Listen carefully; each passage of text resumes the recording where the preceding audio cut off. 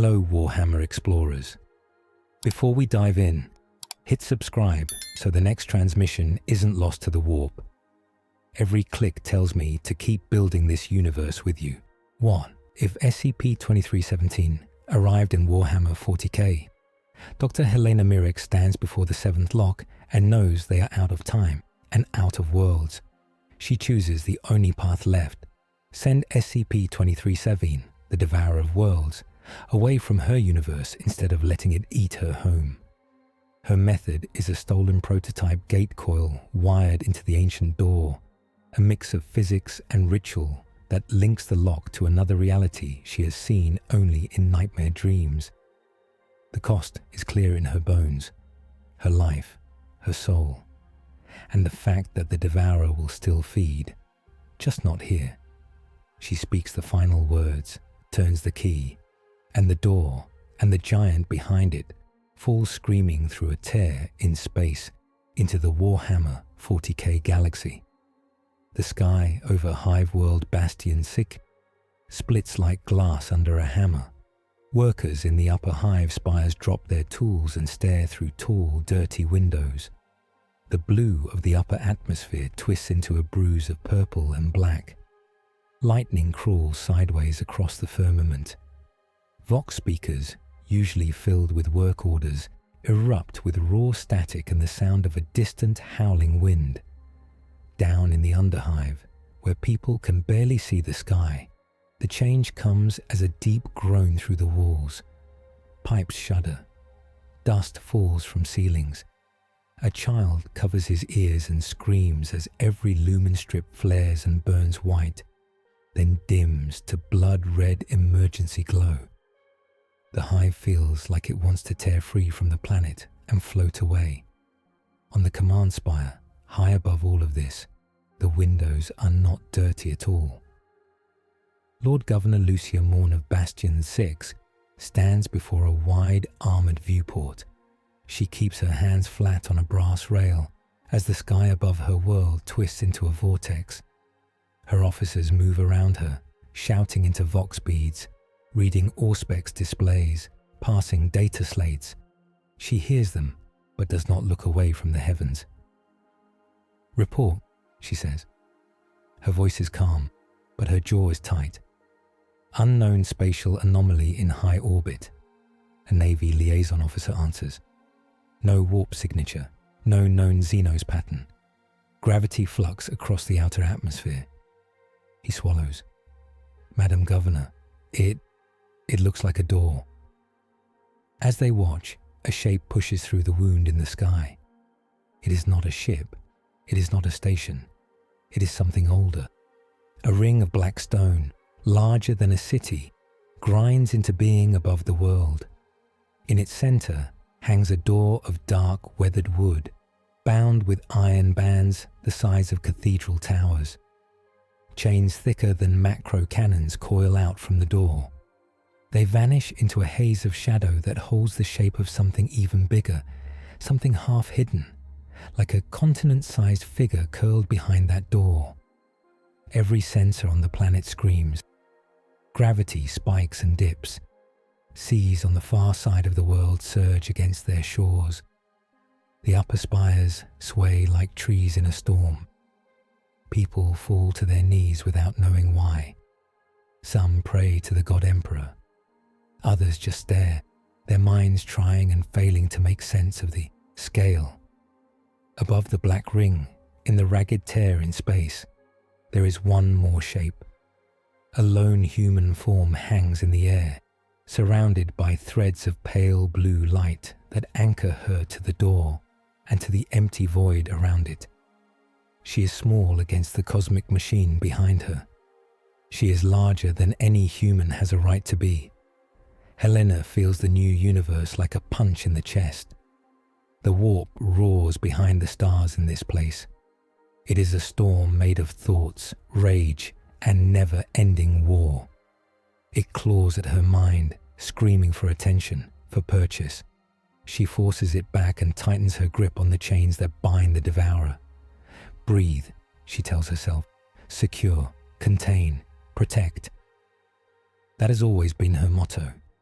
3 simple words, 3 simple orders. They are all she has now to keep her focus. The Devourer strains against the bonds. SCP-2317 presses against the door with force that bends reality. Its shape is barely held by the old seals and the new gate coil. It smells the stars of this galaxy. It smells the fat of endless worlds. Hunger rolls off it like heat from a furnace. "No," Helena whispers. Her voice carries through sigils carved into her own bones. "Not this world. Not yet." The Devourer does not listen. It never truly listens. But it knows her. It knows the taste of the pact they share. It knows the strange rules of the ritual that dragged it here. She feels Bastion 6 below. Millions of lives, like tiny sparks in the dark. So easy to swallow, so easy to erase. She could let the Devourer fall. This world would end, and maybe that would make the thing calm for a while. But that is not who she is. Helena grabs a different chain with her mind, one that links the Devourer to near space. Through it, she senses cold rock and thin dust. One of the system's moons. She shifts the angle, forcing the entity's fall. The black ring tilts. On the surface of Bastion 6, the sky shows a horror few eyes can truly grasp.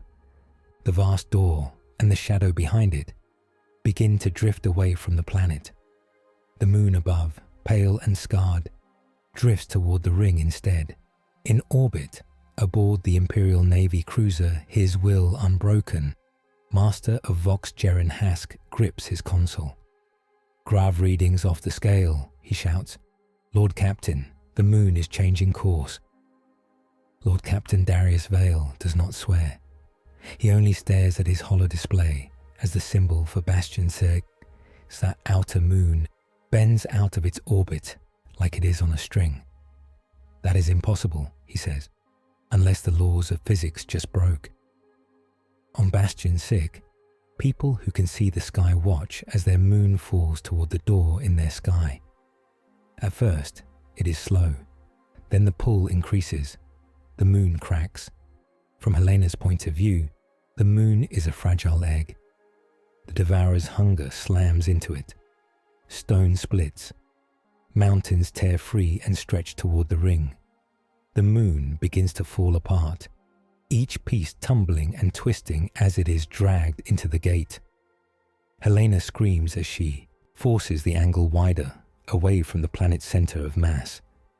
Splinters of dead rock flare into fire as they skim bastions and seas from the upper atmosphere but do not fully fall.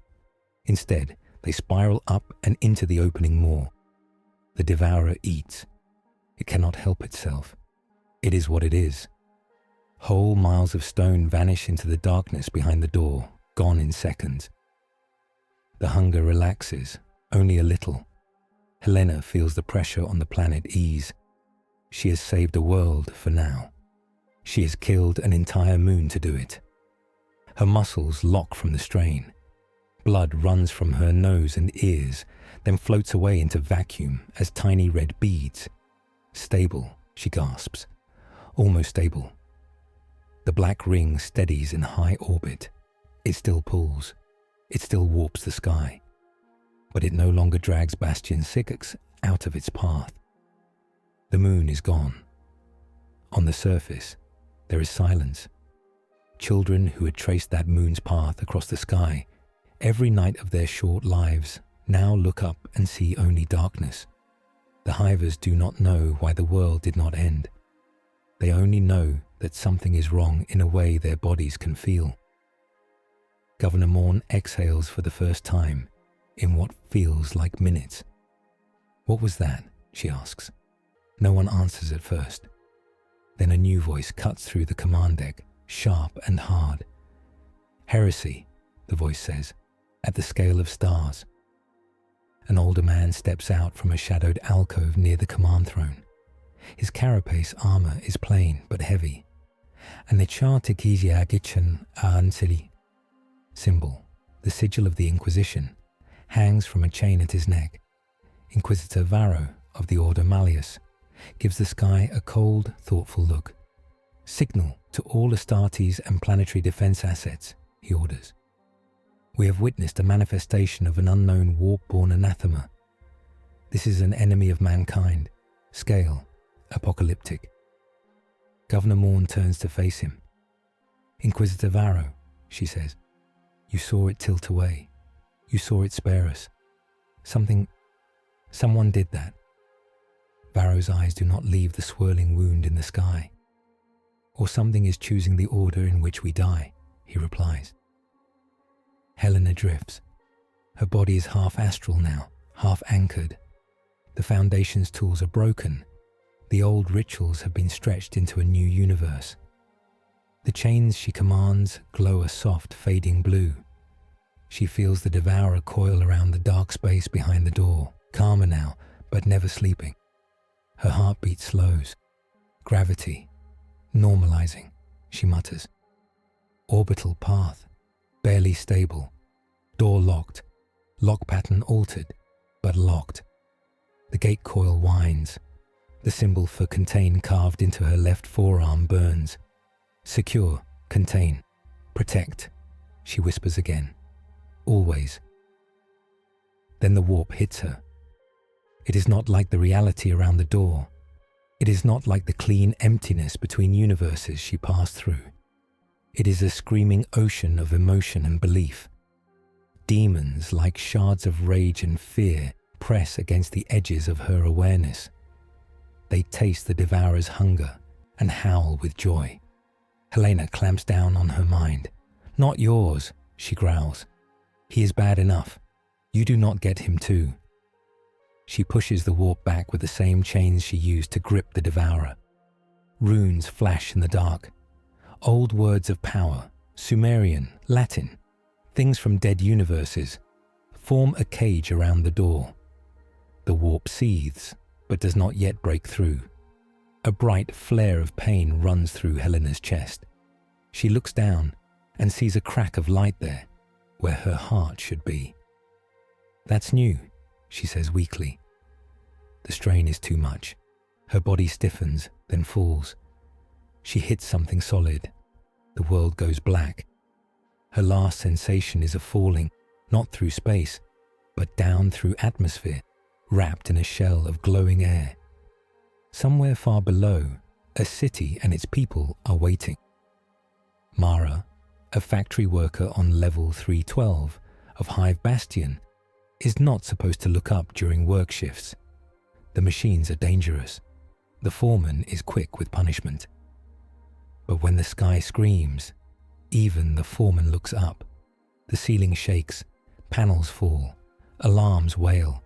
"Everyone under cover," someone yells. Mara does not run for cover. She runs for the open loading bay instead. She bursts out onto a narrow metal balcony high above a chasm between hives. The wind outside slams into her hot and full of dust. She grips the railing and looks up. The moon is gone. That alone makes her mouth go dry. In its place, high above, hangs the ring and the door. They burn red around the edges. A halo of broken rock circles them like shattered teeth. And something else is falling from the ring now. A point of light, small at first, growing larger. "Is that a drop pod?" someone whispers behind her. But it isn't shaped like any Imperial pod. It is a blazing comet of white-blue fire wrapped around a human figure. The figure is limp. Chains of light trail behind her, still linked to the door above. Mara does not understand what she is seeing. She feels only this. Whoever is falling, they feel heavy with meaning, like a story happening in front of her eyes. The comet crashes into the far end of the hive. Metal screams. A shockwave rolls through the structure. Mara is thrown back into the doorway, knocked flat. Hot air roars past her. The lights go out. For a moment, there is only darkness and the sound of people crying in fear. Then emergency lumens flicker on. Sirens change tone. "Impact in Sector 9 red," a Vox speaker blares. "All Arbites and PDF units to respond. Possible Xenos incursion. Repeat. Impact in Sector 9 Red. Mara lies there, staring at the dim ceiling. Her heart hammers. Her skin tingles. She has no idea that the thing that just landed will change the fate of her world. She only knows that she wants to see it again. Space Marines hit the ground before most other forces. From orbit, a strike cruiser of the Iron Hands chapter changes course as the anomaly appears. Its machine spirit growls. Its tech marines chant litanies to calm it. In its launch bays, black armored giants lock themselves into drop pods. Sergeant Callis of the Iron Hands checks the status display on the inside of his pod. Target, Sector 9 Red, Hive Bastion, the machine voice says. Unidentified impact. Auspex reads high anomalous energy output, non-standard pattern. Understood, Callis says. His voice is a low rumble. Brothers, we go to war. His squad answers with a single word. Iron. Then the drop pods fire. They hurtle through the atmosphere as bright streaks. They pass near the falling comet of Helena's arrival, but not close enough to touch. They slam into the hive like fists pounding an anvil. The pod doors blow open. Callis steps out into a corridor full of smoke and dust. His armored boots crunch broken glass and twisted steel. His helm auto-filters the shrieks and shouts of civilians. He raises his bolter. Forward, he orders. His squad moves with him. They advance through corridors, down stairwells, across broken walkways.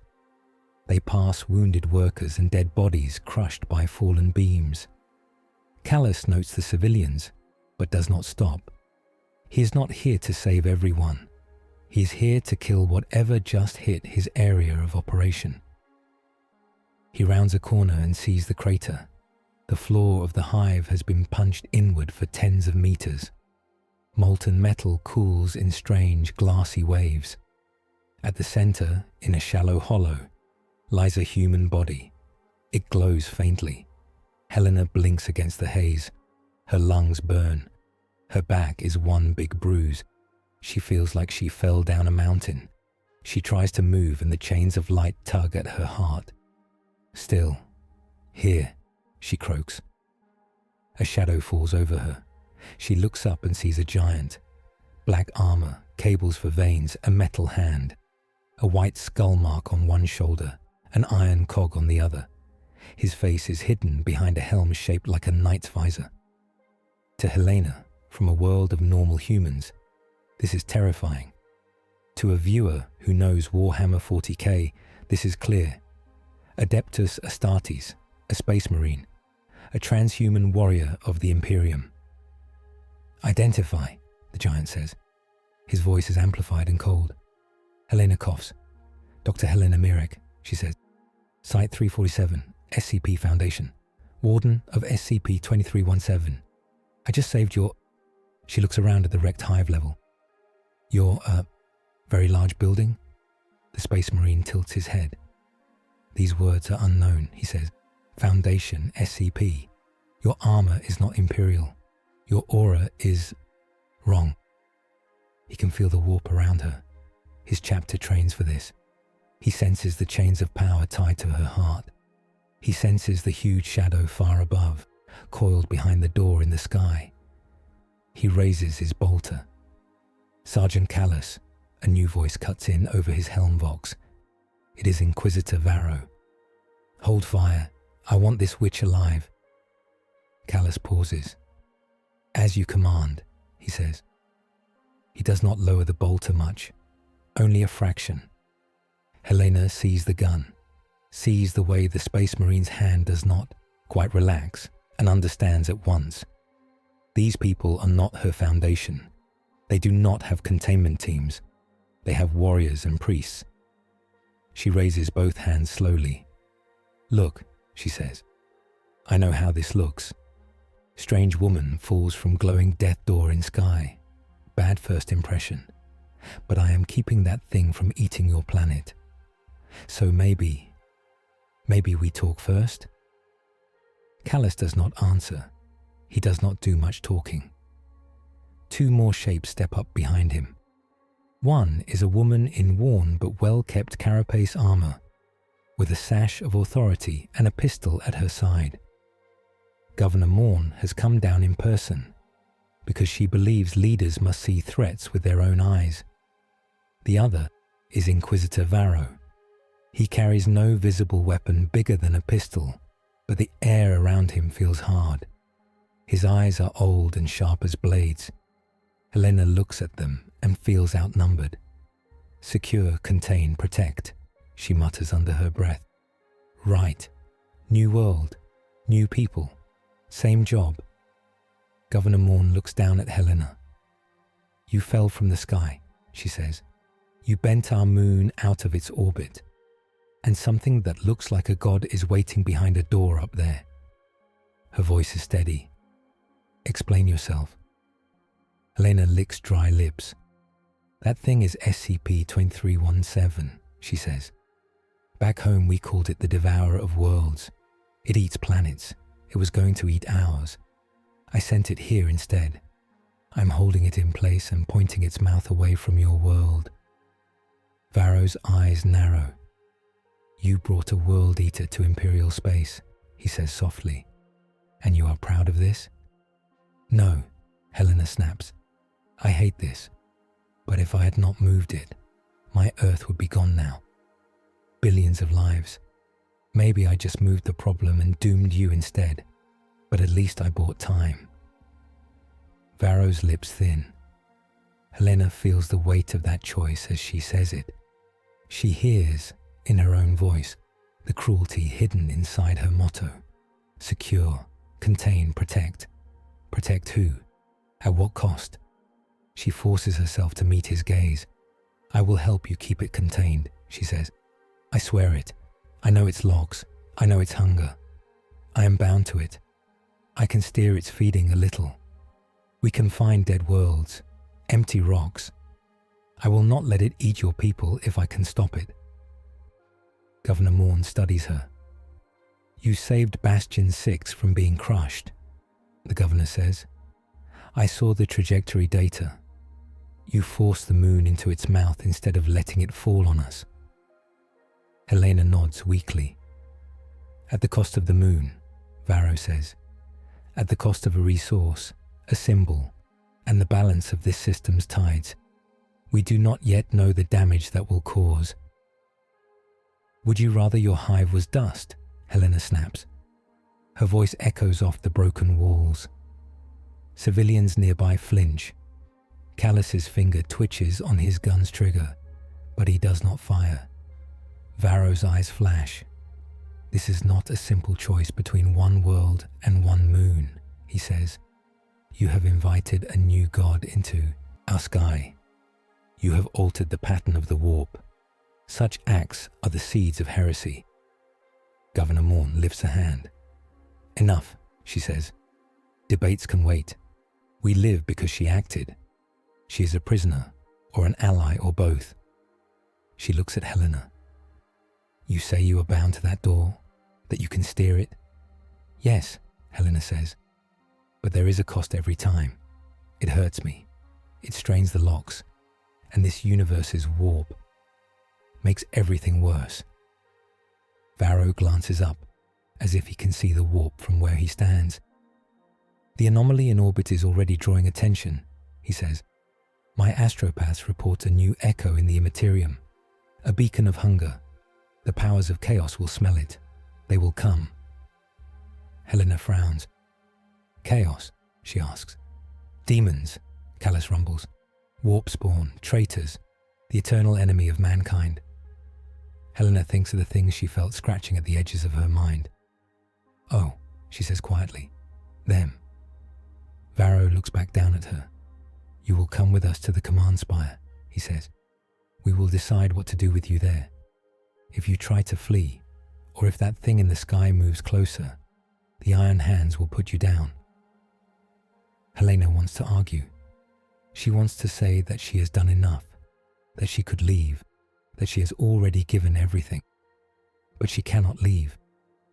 The chains in her chest hold her as much as they hold the Devourer. She nods. "Fine," she says. "Take me to your war room. Show me your maps. If chaos is coming, you are going to need a lot more than big guys with guns." Callus's helm hides any reaction he has to that. Varro gestures to two Arbites nearby. "Shackle her," he says. "Psyker restraints as well." The Arbites approach with heavy, rune-etched cuffs. Helena does not resist as they lock around her wrists and ankles. A cold metal collar snaps around her neck. The warp chains tied to her heart flare in irritation, but do not break. She walks, surrounded by guards and a space marine, back through the wounded Hive toward the lifts. All around them, the people of Bastion Sigix watch.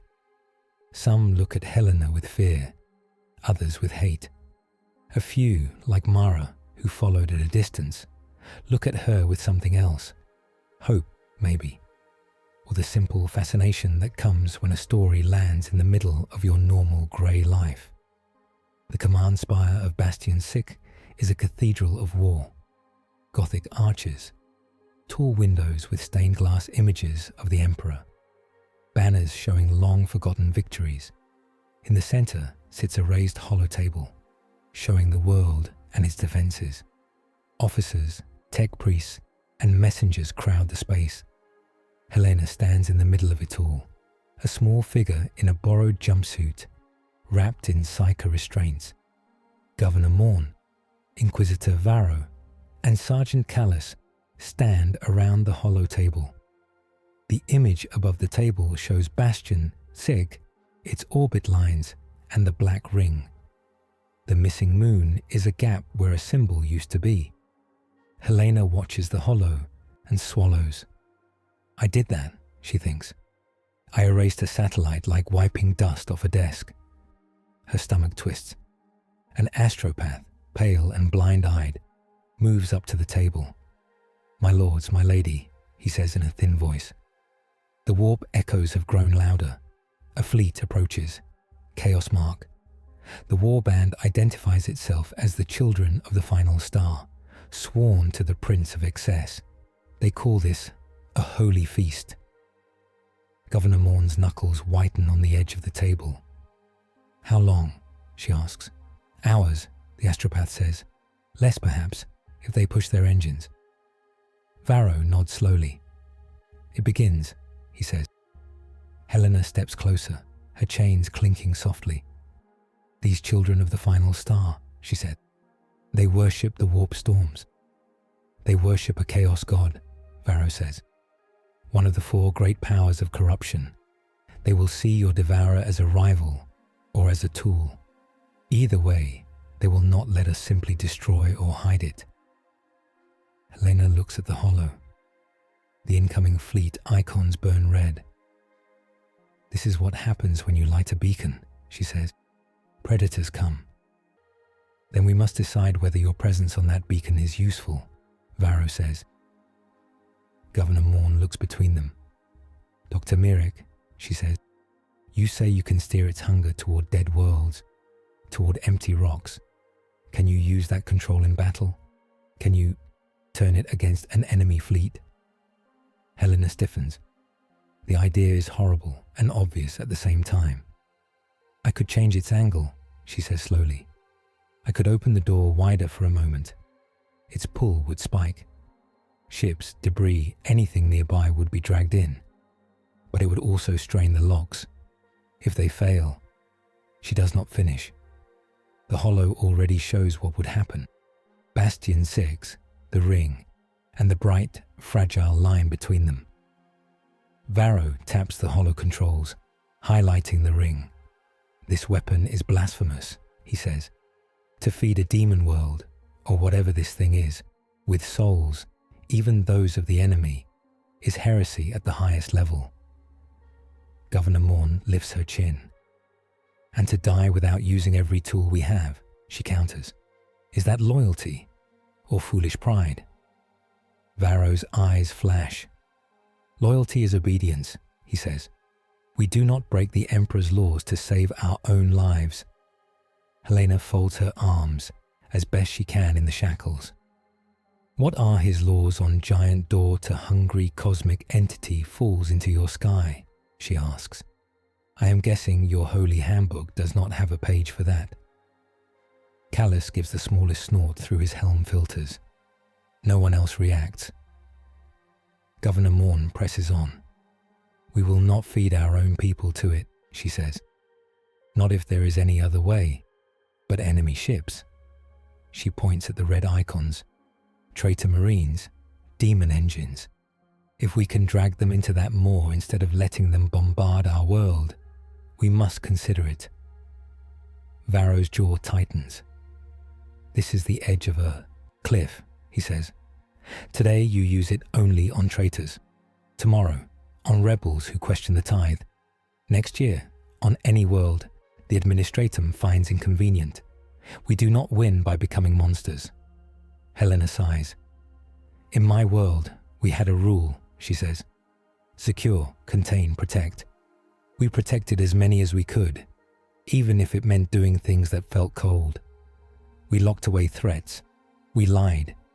We sacrificed some to save more. She meets Varro's gaze. The trick is to remember that every sacrifice is a sin you carry, not a badge you show off. Governor Morn looks at her. How many did you sacrifice? She asks. Helena thinks of the moon. Ask me after this battle, she says softly. Outside, in the void, the Chaos Fleet draws closer. Baroque hulls, jagged towers, living metal that pulses in time with the warp. At their head sails a strike cruiser painted in swirling pink and gold. It broadcasts laughter and screams on all Vox channels. On its bridge, Lord Sorcerer Kayla of the Children of the Final Star stands before a viewing pane. He sees the black ring, feels the taste of the Devourer's hunger in the warp. Oh, he breathes, what a beautiful beast. His armor whispers in his ears. His patron god's pleasure warms his corrupted heart. A god that eats gods, he says. A door that opens into pure hunger. We will take it. We will free it. We will ride its wake as the last suns go dark. His lieutenants cheer. Launch the attack, Kayla purrs. Guns first, then boarding craft. We will crack their world like an egg and feed the yolk to our new friend. Back in the command spire, alarms wail. Enemy fleet in range, a Navy officer calls. Macro cannons charging, lances ready. They are forming a spearhead toward the anomaly. Governor Morn looks to Varro. He looks to Helena. This is your planet, Varro says to the governor. Your people. The choice is yours. Use the weapon or do not. But understand, once you choose to feed it, you will never truly stop. Morn nods slowly. She turns to Helena. If you can drag their ships into that thing without pulling my world in too, she says, do it.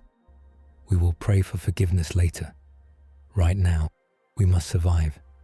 Helena breathes out. Okay, she says.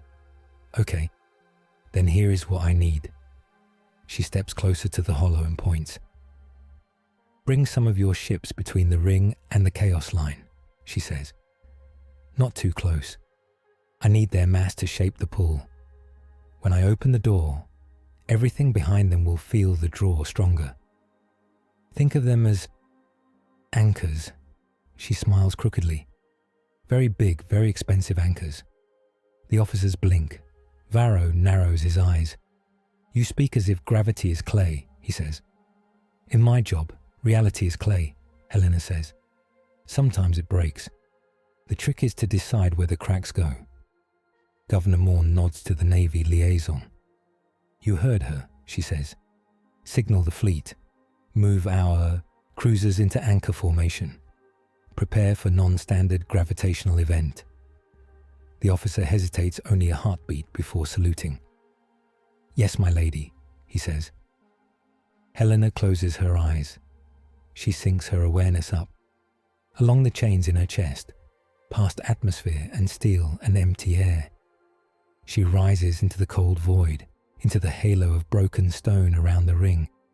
She feels the Devourer's slow, lazy hunger, still working on the last crumbs of moon. "It's me again," she says, in the silent space of her mind. The Devourer does not answer in words. It answers in feeling. There is annoyance, curiosity, and a deep, endless craving. "I'm opening the door a little," Helena says. "You will get food, but if you reach for the planet below, I will hurt you." The entity stirs. It is not afraid of her, but it remembers the ritual bindings. It remembers pain and chains and the strange joy of being slightly less hungry for a moment. It allows her grip. Helena takes a mental breath. "Secure," she whispers. "Contain." Her hands clench. "Protect." She pulls. The door in the sky creaks. From Bastion 6's surface, people look up and see the iron bands of the door pulse with light. The ring's inner edge glows. Chains rattle in the vacuum. The black shape behind the door, 2317 itself, leans forward. The gravity field spikes.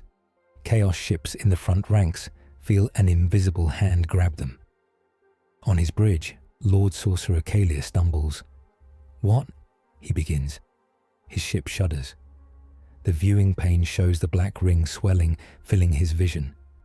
"Reverse thrust," an officer screams. "Engines to full, away from the anomaly." It is too late. The Devourer's pull is like nothing this galaxy has seen. Ships tilt. Prows swing toward the ring. Macro cannon shells, fired toward the Imperial fleet, arc sideways and vanish into the glowing maw. Fighters tumble, spin, and are swallowed whole. A Chaos cruiser tears free from its escorts, dragged forward by its own mass. The Imperium's cruisers, set as anchors, fire all engines away from the ring. They strain against the new gravity, hulls groaning, machine spirits screaming in binary. They hold, barely, giving the planet a shadow from the worst of the pull. Helena feels it all. Every ship is a weight on her mind. Every screaming soul is a tiny spark that flares and goes out as it crosses the threshold. The Devourer eats greedily. It purrs, if such a thing can be said of a thing so terrible. "Enough," Helena gasps. "Enough." She slams the door shut. The ring's glow dims. The pull drops. In space, the remaining Chaos ships spin wild, battered but not all destroyed. The Imperium's anchors fall back to safer distances. On Bastion 6, the sky steadies. Helena opens her eyes. Her nose bleeds again. Her chest burns like fire. The lock sigils on the chains under her skin flicker. Governor Morn grips the hollow table to steady herself. "Casualties?" she asks. "Enemy front. Line crippled," the Navy liaison says, awe in his voice. "2 cruisers gone. Many escorts destroyed. Our own ship suffered stress damage, but held. The ring's position is stable." Varro stares at Helena. "You did it," he says. There is no praise in his tone, only grim fact. "You fed them to it." Helena looks at her hands. "I felt them," she says softly. "Each one. They were monsters, maybe. Traitors. But they were alive. And now they are not."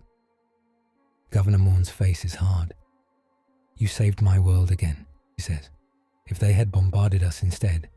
"I know," Helena says. "That is the problem with my job. Every win is also a nightmare." Codex note. The Bastion 6. Incident marks the first recorded use of an Anathema-class orbital devourer as a strategic weapon, resulting in both commendations and sealed heresy charges across multiple Imperial departments. Up to now, a devourer from another reality has arrived. A woman bound to it has steered its hunger twice, and the Imperium has used her power against chaos at great moral cost. That cost is about to grow. The children of the final star do not flee. Chaos fleets do not think like Imperial ones. The loss of ships, the death of warriors, the horror of that pull. These are not reasons to retreat. They are reasons to rejoice. On his bruised and battered bridge, Lord Sorcerer Kayla laughs. "Do you feel it?" he shouts to his crew. "Do you feel the hunger? Do you see the door? This is no tame weapon of the corpse emperor. This is a god's table." He spreads his arms. "Rally all surviving ships," he orders. "We will ram our way into orbit. Launch boarding craft at the anomaly, at the planet, at anything that moves. We will find the key to that door and break every lock." His lieutenants howl their agreement. In the warp, things stir. The door in real space is not the only door. The Devourer's presence twists its reflection in the Imperium. Demons of many kinds press closer, eager to taste this new player in the great game. On Bastion 6, alarm runes flare red again. Chaos ships accelerating, the Navy officer says. They are ignoring conventional firing lines. They are on a direct course for the ring and the planet. Governor Morn sets her jaw. "How many more times can you do that?" she asks Helena. "Open the door. Pull them in." Helena shakes her head. "Not enough," she says. "Every use strains the locks. If they break, it will fall. It will eat everything. Besides," she looks at her bloody hands, "I am not sure I can take it." Varro nods curtly. "Then we must fight them with more traditional means," he says. "Astartes boarding actions, Titan support, orbital fire." He gestures to Callus. "Sergeant, coordinate with your chapter. You will spearhead the defense of the ring itself. We cannot let them get close enough to tamper with it." Callus bows his head. "It will be done," he says. Helena lifts her head. "Wait," she says. "Let me come. I can feel the locks. If they try to touch them, I might be able to counter it." Varro's eyes narrow. "You are not a soldier," he says. "You are a liability in a war zone." "I am the person tied to the bomb you hung in your sky," Helena snaps. "If someone tries to defuse it or turn it into a bigger bomb, you will want me there." Governor Morn looks at Varro. "She has a point," the governor says. Varro grimaces. "Very well," he says, "but you will be under constant guard. The moment you seem compromised, Sergeant Callus will kill you." Helena smiles without humor. "Story of my life," she says. Within the hour, Helena stands in the launch bay. Around her tower, Thunderhawk gunships and Storm Raven transports. Tech priests chant as they connect fuel lines and check weapons. Servitors move like half-dead ants. Helena wears a fitted void suit over her jumpsuit now, marked with hastily painted Imperial symbols, so friendly guns will hesitate a moment before shooting her. The psyker collar still sits around her neck. The cuffs on her wrists are gone. She convinced Varro that she needed her hands free to work her chains. Callus stands nearby, helm on, bolter maglocked to his side. "You stay behind me," he says. "You follow my orders. If you disobey, you will die before you can take a second breath. Understood?" Helena nods. "Yes, Sergeant," she says, "though I reserve the right to complain." He does not answer. Varro appears at the edge of the bay, flanked by stormtroopers. "One last warning," he says. "Chaos corrupts. They will whisper to you. They will promise to make your job easier. Do not listen. Their help is poison." Helena raises an eyebrow. "Where I come from, the things we locked away tried that too," she says. "I am still here." "For now," Varro says. He turns and walks away. The gunship's ramp lowers. Callus and his squad move aboard. Helena follows, heart pounding. As the ramp rises, she looks back once at the Hive. She sees Mara down on a lower level, a tiny figure staring up at the departing craft. For a brief second, their eyes meet. Helena lifts a hand. Mara lifts hers back. Then the ramp closes and the gunship rises, and Helena is carried toward the ring in the wounded sky, where a world eater waits and chaos comes to claim it. The gunship bucks as it claws up through Bastion Siwag's thin upper air. Helena grips a restraint bar and tries not to throw up in her helmet. The engine roar is a steady, angry thrum in her bones. Warning runes flicker at the edge of her faceplate. Outside, flak bursts pop like flowers of fire. Callus stands steady in the center of the hold, boots mag-locked to the deck. His squad braces around him, statues of iron and ceramite. No one speaks. Helena closes her eyes and feels upward. The chains in her chest stretch toward the ring. The Devourer looms above, a huge patient weight behind the door. It does not care about flak or gunships. It waits for the next chance to feed. The pilot's voice crackles over the internal vox. "Approaching anomaly," he says. "Enemy boarding torpedoes already impacting the ring. Chaos forces attempting to secure the structure." "Target us for direct insertion," Callus orders. "Nearest breach site to the main lock node." "Acknowledged." Helena swallows. "Just to check," she says. "If they reach the lock node, they can..." "What, exactly?" "They can carve their filth into it," Callus says. "Twist it. Turn your chain into their leash." "Right," Helena mutters. "So, no pressure." The gunship shudders as it breaks into high atmosphere. Through a small armor-glass port, Helena sees the ring up close for the first time. It hangs in space like a crown made of black stone and iron. Broken moon rock drifts around it in a wide halo. The door at its center is closed now, but glowing faintly. Chaos boarding torpedoes, spiked cylinders fired from enemy ships, stab into the outer ring. Tiny flares show where defense turrets try to shoot them down. A new impact rocks the ring. "Main lock node is under attack," the pilot reports. "Chaos assault claws have breached the inner ring." "Take us to them," Callus says. The gunship dives. The docking is not perfect. There is no time for that. The gunship slams into the ring's outer surface, clamps bite deep, and the forward assault ramp punches through half-molten stone. The ramp drops with a crash. Smoke pours in. Callus walks into the fire.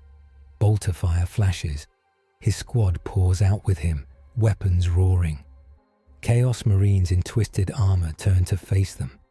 Their colors are bright, sickening pink, purple, and gold. Symbols of excess and hunger writhe across their plates. Helena feels it even from behind the Iron Hands line. The Chaos Marines reek of the warp. Their souls are open wounds. They sing as they fight. "Children of the final star," one howls. "Welcome, iron husks. Come dance in the dying light," Callus answers with a bolter burst that takes the speaker's head off. "Advance," he says. The corridor runs along the ring's inner curve. Through cracks in the wall, Helena glimpses space and the sickle of Bastion Sick far below. The gravity here is strange, tugging sideways more than down, shaped by the ring's own mass and the Devourer's pull. Chaos Marines and twisted cultists press forward. Helena ducks behind a bulkhead as a gout of warp fire washes past. It eats metal like acid, leaving a smoking hole. A cultist, with too many eyes and not enough skin, shrieks and lunges at her with a hooked blade. She reacts on instinct. She reaches into the chains in her chest, not up toward the main door, but sideways. The Foundation's lock rituals were built to control local reality, not just the big thing behind the door. She tugs at the knot that defines down in this section of corridor. The knot slips, gravity flips. Chaos Marines and cultists slam into the ceiling. Bolter shells curve upward and hit nothing. Warp fire sputters against the wrong wall. One traitor loses his grip completely and tumbles through a crack into space, spinning away. Only the iron hands stay mostly steady. Their mag boots hold. They sway, but they do not fall. Callus glances back at Helena. "Useful," he says. Then he turns and fires again. Helena pants, sweat cold on her skin inside the suit. "Local field rotation," she mutters. "No structural damage. No venting civilians. Good." She keeps the gravity shifted just enough to throw chaos off balance, but not enough to peel the ring open. It is like walking a tightrope in her own head. The squad pushes forward, step by step. They pass dead Chaos Marines and the remains of servitors torn apart. They pass a rent in the wall where a boarding torpedo pierced through. Outside, Helena catches a glimpse of another battle. Imperial gunships fighting enemy craft amid drifting rock. Then they reach the lock node. It is a chamber larger than a cathedral. In its center floats a column of black stone hanging in the air, chained at 6 points to the ring. Sigils glow along its length. It is one of the main anchors that hold the Devourer's chains in this universe. Chaos has already begun to deface it. Warp fire burns on its surface in twisting patterns. At its base, Lord Sorcerer Kayla himself stands, armor shining with strange light. His helm is off, his face handsome and utterly wrong. His eyes glow bright and mad. He turns as Callus's squad enters. "Ah," he says, "the servants of iron, and the woman with the chains." Helena freezes. He can feel her, just as she can feel him. His presence slides along the warp links in her chest like fingers. "Get away from the node," Callus says. His voice is flat. "Now." Kalia laughs. "The door hungers," he says. "It called to me. Do you know what you have brought into your sky, little priestess of another age?" "I am not a priestess," Helena says. She steps forward, despite Callus's hand lifting in warning. "And I did not bring it here for you." Kayla's smile widens. "Oh, but you did," he says. "You lit a beacon. You tied your heart to it. Every chain is also a road, and I walk roads very well." He lifts his staff. Warp energy crackles. The Chaos Marines around him raise their guns. Callus moves. "Iron hands," he bellows. "Purge the node." The lock chamber erupts into war. Bolters thunder. Plasma guns hiss. Warp fire roars back. Summoned demons, small, sharp things with too many teeth, spill from Kayla's staff and leap at the Marines.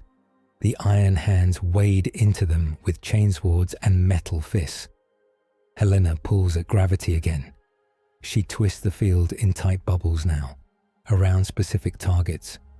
A demon leaps, finds itself suddenly lighter, and sails over its prey into the column, bursting against old stone. A chaos. Marine staggers as his weight triples. His armor joints lock, and a bolt round punches through his eye lens. She keeps it tight. No wide sweeps. No cracking the anchor chains. Her heart pounds. The crack of light in her chest aches. Kalia watches her with hungry delight, even as he duels Callus. The Space Marine Sergeant meets the Sorcerer at the foot of the floating column. Bolter fire is useless at this range. Callus draws his power axe, a weapon that hums with blue energy. Kayla's staff blazes with warped light. Metal meets warp, sparks fly, the floor shakes. "You are strong," Kayla purrs. "Half machine, half man, all slave. Tell me, does your iron shell keep you warm at night?" "It keeps me from becoming you," Callus says. He swings. Kayla parries, barely. The Sorcerer is fast, moving with inhuman grace. Warp currents boost his steps, making him glide. Helena sees the duel out of the corner of her eye. She sees something worse. Behind Kalia, the warp fire marks he burned into the lock column begin to crawl. They form shapes that match some of the symbols in Helena's own chains, but twisted. He is trying to overwrite her bindings, using her language against her. If he finishes that pattern, she thinks, the Devourer's leash changes hands. She lunges forward. "Cover me," she shouts. She sprints into the open, boots clanging on the stone floor. Bolts and beams fly over her head as the iron hands adjust their fire. A demon leaps for her throat. A shot from Callus's squad takes its head off mid-air. She reaches the base of the column and slams both hands against the stone. The lock sigils burn her palms. She dives into the pattern with her mind, following Kayle's work. His marks are like stains on a familiar picture. He is layering an oath of feeding over her oath of containment.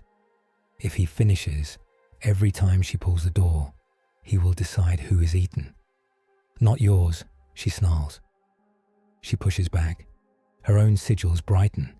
They flow like living lines, wrapping around the chaos marks, trying to crush them. Kalia feels it at once. He twists under Callus's axe and reaches his free hand toward Helena. Her chains seize. For a moment, her body locks in place. Her mind is elsewhere.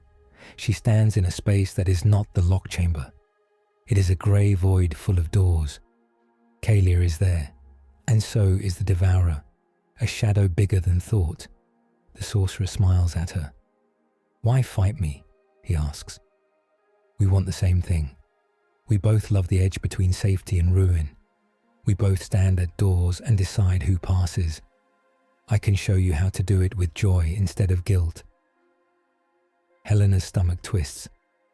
He has found the soft part of her heart. He is not attacking her with claws or knives. He's attacking her with her own job.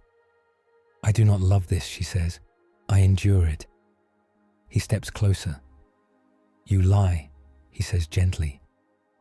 "You feel the power. You feel the way they all depend on you. One word from you, and a world lives or dies. Do not pretend you do not like holding that weight." A part of her wants to agree. "Yes," it whispers. "You did this. You moved the moon. You shaped a battle with a thought. You matter more than any of them." She looks past him, at the Devourer. It does not care about her pride. It only cares about feeding. "That thing is why I cannot enjoy it," she says. "I am not a queen. I am a jailer." She grips the door around them, the symbol of the lock. "Now get out of my prison," she says. She slams it shut. In the real world, Helena screams. The chains in her chest flare. The light crack in her heart widens a little. Kalia staggers as his tether into her mind snaps. For 1 second, his guard drops. Callus's axe comes down. The blade bites into Kalia's shoulder, cutting through armor and meat. Warp energy explodes in a spray of purple fire. Kalia is hurled back against the column. He slams into it and falls to one knee, hissing. The sorcerer is not dead, not yet, but he is wounded, and his marks on the stone flicker. Helena seizes the moment. She floods the column with her own sigils. They surge over the chaos stains, smothering them, locking them in place like insects in amber. The warp fire gutters out. The lock holds. Chaos forces feel the shift. Demons shriek as the Devourer's pull tugs at them for a heartbeat, then stops. Some are ripped back into the Imperium. Others explode in showers of black ichor. The remaining traitor Marines fall back, dragging their wounded warlord with them. Kalia glares at Helena as his warriors pull him toward a retreat route blasted open by boarding torpedoes. "This is not the end," he calls. "You cannot hold that door forever, little warden. Every lock rusts, every chain breaks." Helena, panting, answers him.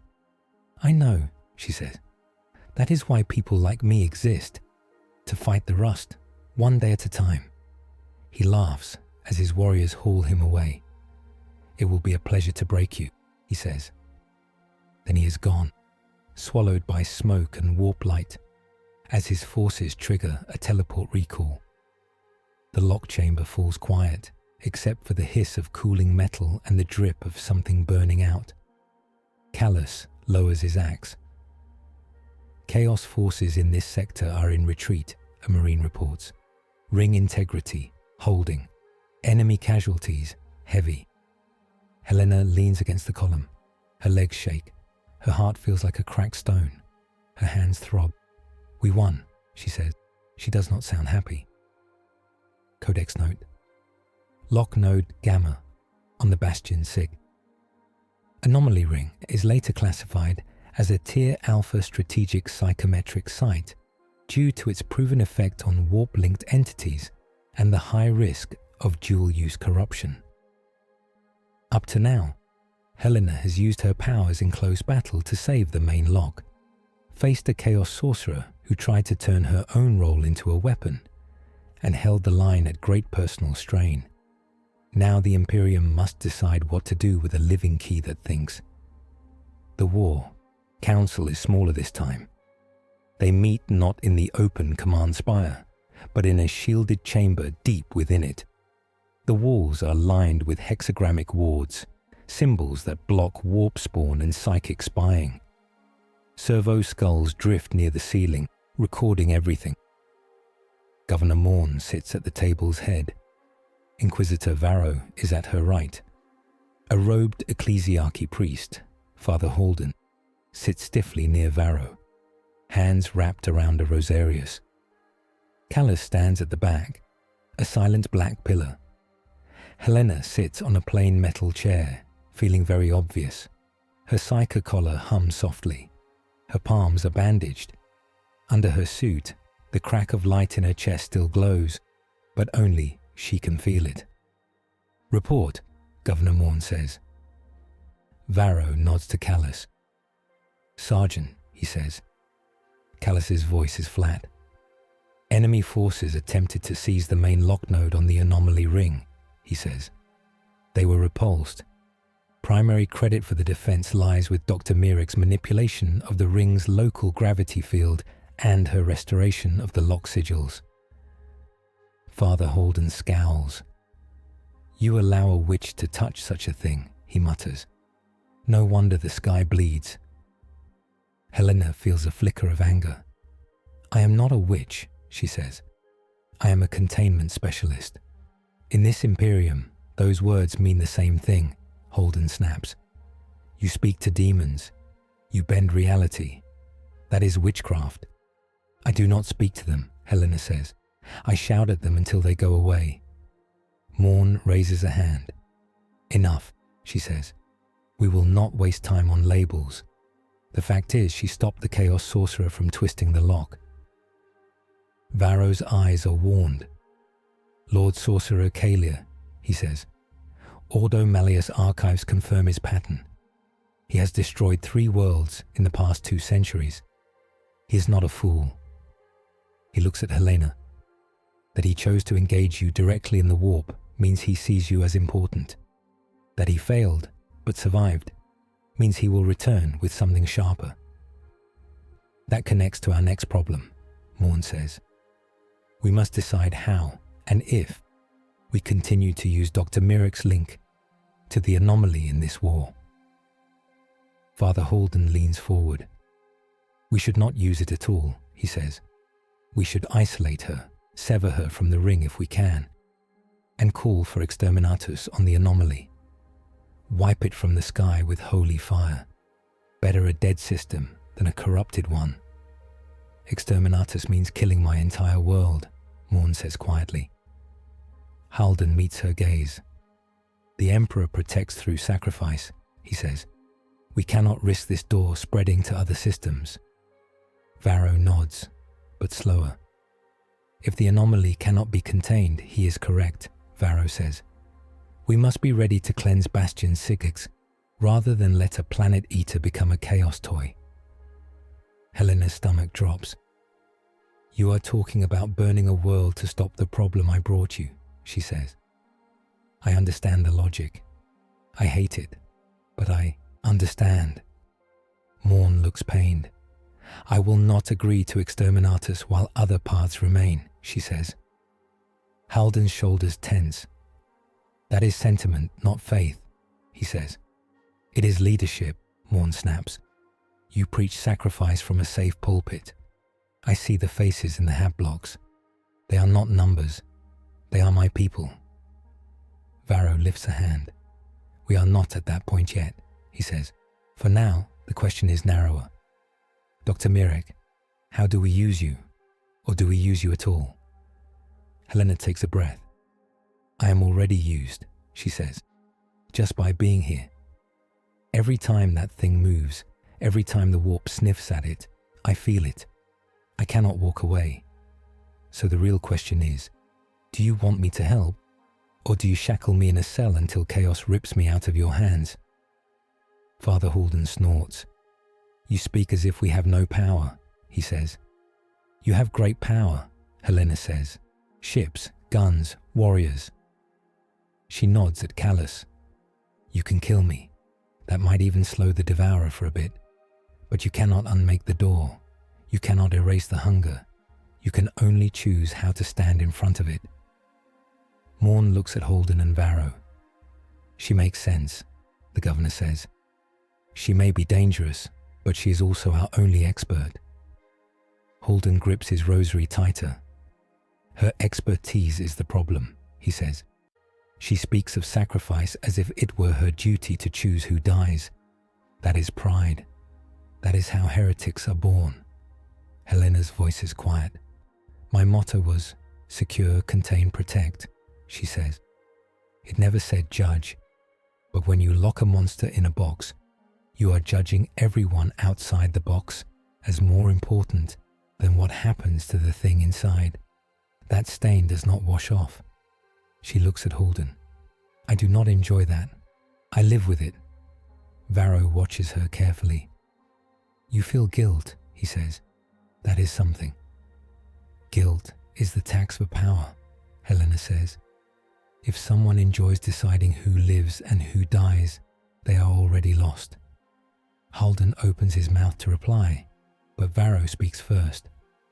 Our doctrine says mankind must be protected, even at great cost, the Inquisitor says. We permit terrible acts under sanction. Purges, mind wipes, exterminatus. We do not pretend they are clean. He looks at Helena. In that, you are closer to us than to the children of the final star, who glory in their sins. Helena gives a small, tired smile. Thank you, she says. I think. Morn leans forward. Dr. Mirek, she says, if we keep you as an asset, what do you need? What rules do you want? This is your chance to tell us how to use you without losing yourself. Helena thinks. It is a strange feeling to be asked for terms by a planetary governor and an inquisitor. First, she says slowly, you do not feed it with civilians. Ever. No tossing prisoners or pour hab blocks into its pool. We only ever direct enemy war materiel. Ships, demons, war, machines. Things already pointed at killing others. Halden scoffs. What difference does it make, he demands. A dead heretic is a dead heretic, whether they die to bullets or to a world eater. It makes a difference to me, Helena says. If you start feeding it anyone who annoys you, I become your executioner. I am not here to be your convenient trash burner. Morn nods. That rule is acceptable, she says. Second, Helena says, you listen when I say no. There will be times when using it will risk breaking the locks. If I say the cost is too high, you stand down. Varro's eyes narrow. You ask us to surrender tactical initiative to your judgment, he says. I ask you to not pull the trigger on a gun that might explode in your hand, Helena says. I am the only one who can feel the cracks. If you push me past my limit, we all die. Even your pride. Silence. Then Callus's voice comes from the back, calm and hard. From a strategic standpoint, this is sound, he says. We do not ignore a tech marine who says a reactor will breach. We do not ignore a navigator who says a warp route is suicide. She is the machine spirit of this weapon. If she fails, the system fails. Varro considers. Agreed, he says at last, with oversight. If you lie, Dr. Mirek, if you claim weakness for mercy when lives could be saved by your action, that too will be a sin. Helena nods. I can live with that, she says. Maybe. Third, she adds, I want access to knowledge, your archives, your records on warp phenomena. I need to understand this universe to do my job. Halden bristles. You would give forbidden law to an unsanctioned psyker, he snaps. She is already bound to the greatest forbidden law in our sky, Morn says dryly. Keeping her ignorant is not safety, it is laziness. Varro sighs. Limited access, under supervision, he says. Ordo Malleus files only. You will study what we give you and nothing else. Helena shrugs. I spent years reading redacted files, she says. I am used to it. Morn looks around the table. We have rules, she says. We have a tool. We have our souls still our own. We move forward. Halden looks like he has swallowed something sour. If this path leads to damnation, he says, I will write in my report that I warned you. Do that, Morn says. The meeting should end there, but the galaxy does not wait for people to finish talking. An alarm rune flares on the table. A red glow washes across everyone's faces. A Vox operator's voice cracks over the room's speakers. My lady, my lords, he says, voice shaking. New warp signature, not a ship. A wave, coming from the Chaos Fleet. It is not directed at the planet. It is aimed at the anomaly. Helena feels it before the others do. A cold pressure on her mind. A taste like burned sugar. A rhythm, slow and deep, that matches the Devourer's own hunger, but is out of tune. Kalia is singing to the door. She doubles over as the song hits her. It is not words, it is concept. It says, you are the lock, you are the key, you are the door. It tries to blur the lines between her and 2317. If it succeeds, any damage to one will echo in the other. Varro grabs her shoulder. What is it? He demands. Helena grits her teeth. He is rewriting the link, she gasps, turning my chains into a knot around my own mind. If he finishes, every time I touch the Devourer, it will eat a little piece of me. Father Halden looks grimly pleased. Perhaps that is justice, he says. Helena glares at him. Perhaps you can shut up, she hisses. Morn looks at Varro. Can you stop it? She asks. Varro's face is set. We can attempt to disrupt the source, he says. Kill Kalia, break his focus, but he will not expose himself again easily. He will shield himself with wards and flesh. The room feels smaller. Helena sits up, breathing through the pain. So that is our next move, she says. We find him, we stop him, before I become just another part of the thing behind the door. In simple terms, Varro tells Governor Morn as they walk to the Strategium. Kalia's song is a warp curse laid along Dr. Mirek's chains. It does not strike her body or her mind directly. It changes the rules she works under. Every use of her power will now also feed this curse, unless broken. He taps a hollow of the Chaos flagship. The only clean way to stop it is to kill the caster, or shatter his focus point, likely an icon or staff. Otherwise, the curse will grow each time she acts, until it either kills her or turns her into something like our enemy. The Strategium is a storm of blue light and red runes. Helena stands beside Governor Morn and Inquisitor Varro at the central hollow table. The map above it shows Bastion C, the Ring, and the Chaos Fleet as a cloud of jagged red icons. One ship glows brighter than the rest. That is Kalia's flagship, Varro says, the Gilded Moor. Helena studies it. The hollow shows a long, twisted hull, spires like claws, hull plating grown and welded in obscene curves. Around it, tiny flickers show warp turbulence. His curse is anchored there, Helena says. I can feel it. The song comes from that point. A Navy Magos points with a mechadendrite. We have fired upon the flagship, he says. Lances, torpedoes, macro cannons. Its void shields fluctuate but do not fail. Auspex reads a secondary barrier, a warp sheath key to his sorcery. Normal guns cannot bite, Callus rumbles from his place near the wall. Varro nods. Standard boarding actions will also fail, the Inquisitor says. Our assault claws will be torn apart by warp storms around the hull. Teleport strikes scatter. Kalir is using the anomaly's presence to make his defenses stronger. Helena frowns. Because of the door, she asks. Yes, Varro says. Your Devourer bends reality. Chaos rides that flex. His defenses are like a ship surfing a tidal wave. Our shots are stones thrown from the beach. Governor Morn folds her arms. Then what are our options? She asks. We cannot sit and wait while he rewrites Dr. Mirek's chains. Silence fills the room for a moment. Then Helena speaks. You use me, she says. All eyes turn to her. What do you propose? Varro asks. I am linked to the anomaly, Helena says. And now, thanks to him, I am also linked to his curse. If you try to teleport me, the scatter will be pulled toward that link. Like dropping a magnet into a box of nails. I can ride the curse to him.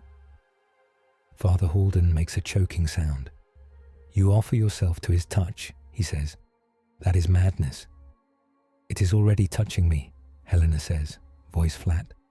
Every time I breathe, I feel the song. The question is not, do I risk it? But do I use that risk for something useful? Varro's eyes narrow. You propose a strike team, he says slowly. Centered on you, teleported into the heart of the warp storm, using the curse itself as a guide. Helena nods. Take Sergeant Callus and his best, she says. Drop us right on Kalir. Smash his focus. Kill him if we can. Break the song at the source. The Magos hisses. Teleporting into such flux has a high failure rate, he says. You may arrive inside a wall, or as ash, or scattered across 10 decks. Make it work, Morn says. Her voice cuts through the room. If we do nothing, Dr. Mirek dies by inches, and our door becomes a chaos altar. I would rather take a sharp risk than bleed slowly. Varro looks at Helena. You understand what you are asking, he says.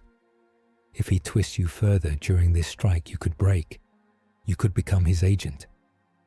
Helena meets his gaze.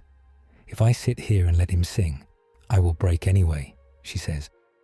At least this way, I feel like I am still choosing. Father Halden leans forward. And if you fall, he asks softly, if you bend the knee to his patron, will you ask us to kill you? Helena swallows. Yes, she says. The priest studies her for a long heartbeat, then nods once. Then you are not yet lost, he says. Varro breathes out. Very well, he says. Sergeant Callus, select a squad for a teleporter insertion. Primary objective, destruction of Kalir's focus, likely his staff. Secondary objective, termination of Kalir. Tertiary, retrieval of Dr. Mirek's body, if she lives, or her immediate execution, if she turns. Callus bows his head. Iron Hands will answer, he says. Governor Morn reaches into a small case by her side. She takes out a tiny, worn object on a chain. It is a simple aquila, the double-headed eagle of the Imperium, carved from bone. She walks to Helena and holds it out. This belonged to my grandmother, Morni says. She wore it during the siege of Bastion 5. She believed the Emperor watched her through it. I do not know if that is true. but it has seen worse days than this. Helena hesitates, then takes it. The bone is warm from the governor's hand. "Thank you," she says. "Come back alive," Morn says. "I am not done arguing with you." The teleportarium is a circular chamber deep within the Iron Hand's strike cruiser. Helena stands on a marked plate on the floor. Callus and 4 other Iron Hands take their positions around her. The air smells of ozone and machine oil. Tech Marines chant in Binharik, hands on control panels. Helena's void suit has been reinforced as much as time allowed. A harness crosses her chest, connecting to a power unit on her back. The Aquila hangs inside the suit, against her skin. Varro steps into the doorway. "This is not sanctioned by any High Council," he says. "There will be no one to blame but us if it goes wrong." Helena smiles faintly. "That is true of most of my best decisions," she says. Varro actually huffs a quiet breath that is almost a laugh. He sobers. "If you feel yourself slipping," he says, "remember this. Chaos will offer you ways to save lives by breaking rules. They will say you can protect more if you stop caring about how you do it. That is their favorite lie." Helena nods. "I know," she says. "We had anomalies that offered the same bargain. They always wanted a price higher than they first said." Varro touches 2 fingers to his Aquila. "The Emperor judges the heart as much as the action," he says. "May he see yours clearly." He steps back. "Begin," Callus says. The teleportarium fills with white light. For a moment, Helena feels herself stretch. Space turns into a thin sheet. She is pulled through it like a thread through cloth. The curse song in her chest flares, dragging her not toward the anomaly this time, but toward a smaller, sharper note within it. Toward Kalir. There is a flash, then they are elsewhere. Impact. Helena hits a metal floor and rolls, her harness jerking against her chest. Sound slams into her ears, alarms, vox shouts, the distant roar of engines. The air tastes sour, like burned incense and blood. Callus lands like a falling statue, already moving. His squad materializes around him, guns up, scanning for threats. They are in a wide, circular chamber. Walls of black metal. Runes carved deep and filled with glowing purple liquid.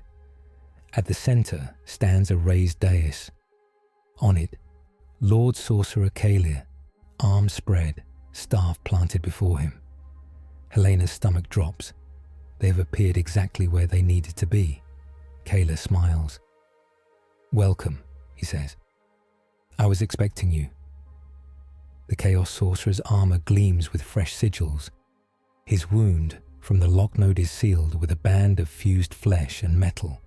His staff pulses with warp light like a slow heartbeat. Around the chamber, chains of black glass connect the walls to the ceiling. Inside each chain link, Helena sees faint images of herself. In one, she stands in a lab coat. In another, she floats in space. In another, she kneels before the door.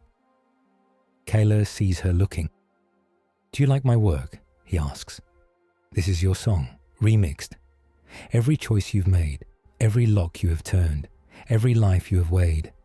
Such a rich melody." Callus steps between them. "Iron hands," he says quietly. "Fire, bolters roar." But the bullets do not fly straight. The air in front of Kalir ripples. The warp sheath around him is stronger here than in the lock node. Shots curve away, warping into useless arcs that punch into the walls. One round turns into a spray of petals and falls, smoking. Kalir laughs. "I am not a doorstep cultist now," he says. "I stand at the center of my own altar. Here, your metal is soft." Callus charges. He does not waste words. His power axe crackles as he closes the distance. Kalir meets him, staff against axe. They clash, sparks and warp fire spilling across the dais. Each blow sends ripples through the chamber. Helena feels the curse tighten in her chest. Every step she takes pulls threads of the song. The chain illusions on the walls flicker, showing new scenes. Her standing in this room, her dying on the floor, her standing beside Kalir holding his staff. She grits her teeth. "I am not your puppet," she mutters. She reaches into her power. Pain stabs behind her eyes. Kalir glances her way. "Careful," he croons. "Every move you make now strums my strings as well. I told you, you and the door are not the only things tied together anymore." Helena feels the truth of it. When she stretches for gravity, the Devourer stirs. When she tugs on the lock, the curse song pulls back. The links are tangled. There is no clean path anymore. But there is still choice. She targets not Kalir, but the floor under his feet. For a split second, she makes that small patch weigh much more. The dais buckles. Kalir stumbles as the metal dips. Callus seizes the opening. His axe bites into the sorcerer's staff, shearing a chunk from its head. Warp light flares, wild and uncontrolled. A blast of raw energy slams into Callus. His armor screams. Helena watches in horror as the Space Marine staggers back, chest plate glowing red, joints locking. The blast was not just heat. It carries warp curses that twist flesh and machine alike. Callus drops to one knee. "Callus," one of his squad shouts. "I stand," Callus grinds out, but his left arm hangs limp.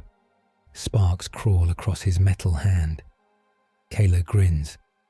"See," he says to Helena, "every time you touch the world now, someone else pays. You pulled the floor. He takes the blow. You are so good at sharing pain."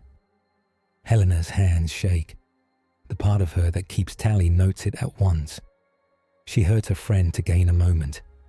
Even if she did not mean to, the math does not care. The stain on her soul grows a shade darker. "Shut up," she says. "I did what I had to." "Of course," Kalir says softly. "You always do." He shifts his grip on the staff. Warp fire dances along its length.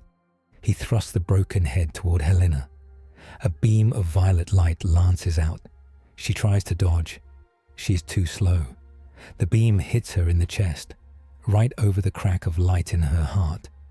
It feels like being set on fire from the inside. The curse song screams louder than ever.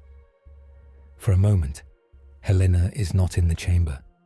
She is in that grey space again, full of doors and chains. The Devourer looms above her, huge and patient.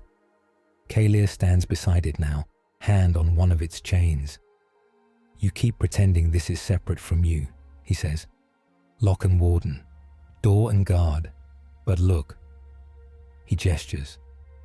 The crack in her chest widens and light pours out.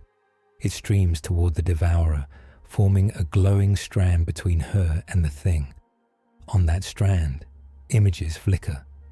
Every time she is fed it. The moon, the chaos ships, tiny sparks of lives snuffed. "Do you see how alike you are?" Kalir whispers. "It eats worlds. You choose which ones. You are not its victim. You are its chef." Helena wants to deny it, but the images are true. She cannot lie to herself here. She trembles. "What do you want?" she asks. Kalir's smile is gentle and cruel. "I want you to stop hurting yourself for nothing," he says. "You try so hard to be good while doing evil things. You could be free of that pain. Join me. Let go of your little rules. Feed the door with joy. We will pick which worlds fall. We will save more than the Imperium ever could. We will be honest monsters." The temptation is sharp. There is a simplicity in it. No more lying to herself. No more guilt. Just clear, open cruelty in the name of a higher plan. She thinks of Bastion's lost moon, of chaos ships dragged into the maw, of people she never knew, dying to a hunger that does not care. If I break my rules, she says slowly, I might save more lives, in numbers, but every choice would poison me. Less and less of me would be left. Kayla shrugs. Who cares? He says. You are only one person. They are billions. A fair trade. She hears echoes. The Foundation had people who thought like that. They did terrible experiments for the greater good. They cut corners. They lost themselves. She watched them go from tired heroes to cold machines. I care, she says. She reaches for the glowing strand between her and the Devourer. It is thick and bright now, full of curse song. Kayla's fingers rest on it like a musician ready to pluck. This link is mine, Helena says, not yours. She rips at it. Pain explodes. In the real chamber, Helena screams again. The beam from Kayla's staff cuts off as the strand twists. The crack in her chest widens and then warps, changing shape. Light spills out, then hardens into a jagged scar. She falls to her knees. The curse link to the Devourer is not gone, but it has changed. A layer of raw, tearing pain lies between her and the entity now. Every contact will hurt more. Every use will slice her. She did this to deny Kayla a clean grip. Kayla staggers as the feedback slams into him. His staff flickers. Runes along its length crack. His eyes widen. You stupid woman, he gasps. Do you think damage to the chain only hurts me? Blood runs from his nose. He snarls and hurls a wave of force at her. Callus moves. The Space Marine throws himself between Helena and the blast. His damaged chest plate takes the hit. Ceramite shatters. Flesh beneath twists. He is thrown back into the wall, leaving a dent. He slides down, leaving a smear of blood. Helena drags in a breath. This is the price. She held to her rule. She refused to join. But she hurt herself, and Callus is broken, and the curse still exists. We cannot out-clever every cost, she thinks. We can only choose who pays. Kayla advances, staff raised. The remaining iron hands fire, but their shots warp away again, though less cleanly now. The damage to the staff has shaken his control, but not broken it. Last chance, he says to Helena. Tie your chains to me willingly. I will smooth the pain. You will live longer. You will save more. Or I will break you here and take what is left. Helena tries to stand. Her legs do not obey. Her heart scar throbs, each pulse like a knife. She looks down at her hands. They shake. She feels small. I cannot win this, she thinks. Not in a straight fight. I am not a space marine. I am a tired scientist with a broken soul. Her fingers brush something inside her suit. Bone. Warm and small. Governor Morn's Aquila. She closes her hand around it. For a second, in the middle of the chaos ship, in the middle of a warp storm, in the heart of a curse, Helena thinks of something very simple. Not worlds, not numbers, one person. Mara on the Hive balcony, a kid staring up, eyes wide, when the comet fell. Millions like her. People who do not get to decide anything. They just live with the results. Someone has to care about one person, Helena thinks. Or saving billions is just words. She pushes herself to her feet. I will not join you, she says. Her voice shakes, but it carries. I will not let you make me proud of my worst choices. I will not stop feeling bad when I hurt people. That shame is the only thing keeping me human. Kayla's smile vanishes. Then you will break, he says coldly. He raises his staff for a killing blow. The chamber trembles. The sacred sign is not loud. There is no blinding sun, no booming voice. Instead, a small light glows from the Aquila in Helena's hand. It is a dull, soft gold. Helena feels a warmth that is not chaos and not the Devourer. It is steady, focused, old. It feels like standing near a furnace built to heat a shelter, not burn down a world. In her mind, the grey space of doors appears again. The Devourer is still there, huge and hungry. Kalia's presence is there too, though weaker now, blurred by pain. Beside them, for the first time, something else stands. A man in golden armor, seated upon a throne of light. His face is hidden by a helm. His eyes are stars. Chains run from his hands to a million tiny doors. Helena knows, without anyone telling her, who this is. The Emperor of Mankind, or a fragment of him, or a symbol. It does not matter. He does not speak with words. Instead, Helena feels a clear thought. You chose pain over pride, it says. Good. A second thought follows. You cannot carry this alone. She almost laughs. I noticed, she thinks back. His gaze shifts to the Devourer, and then to her. He does not close the door. He does not unmake the chains. He does not fix the curse.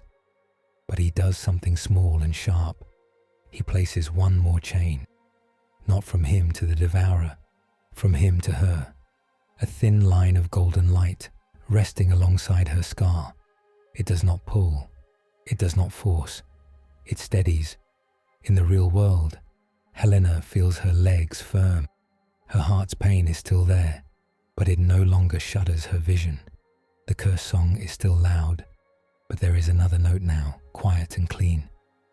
Kalia also feels it. He screams. No, he howls. Get out of my song. Warp fire around him flares wild. The chains on the walls shatter, illusions breaking into shards of light. The hull trembles. The Emperor's presence fades as quickly as it came. Helena is left with the golden chain inside her and the knowledge that someone higher has seen her choices. She lifts her head. Kalia staggers on the dais. Helena grabs the nearby gravity with both mental hands and twists. Not a wide field this time. A spike. She makes the staff in his hands suddenly weigh 100 tons. His arm slams down. Bones snap. The staff's shaft cracks. The focus crystal at its head, already damaged, shatters. Warp energy explodes. The blast tears through Kalia. His armor warps. His body bends in impossible ways. For a heartbeat, his soul is visible. A knot of desire and cruelty. The Devourer's hunger reaches for it. Helena yanks the door shut as far as she can. Not for you, she snarls at 2317. He's not food. He's a warning. Kayla falls. His body hits the dais and slides off, smoking. The warp sheath around the chamber flickers and dies. The strange gravity in the room normalizes. The remaining iron hands do not cheer. They simply adjust their aim, confirm that he is no longer moving, and sweep for new threats. There are none, for now. Helena drops to her knees again. Her chest hurts. Her throat feels raw, but she is still herself. Mostly. Codex note. The death of Lord Sorcerer Kayla aboard the Gilded Moor is later classified by the Order Malleus as a contested kill, attributed jointly to Sergeant Callus Ironhands and Xeno-Origin Psyker asset Mirek 2317, prime for purposes of both commendation and surveillance.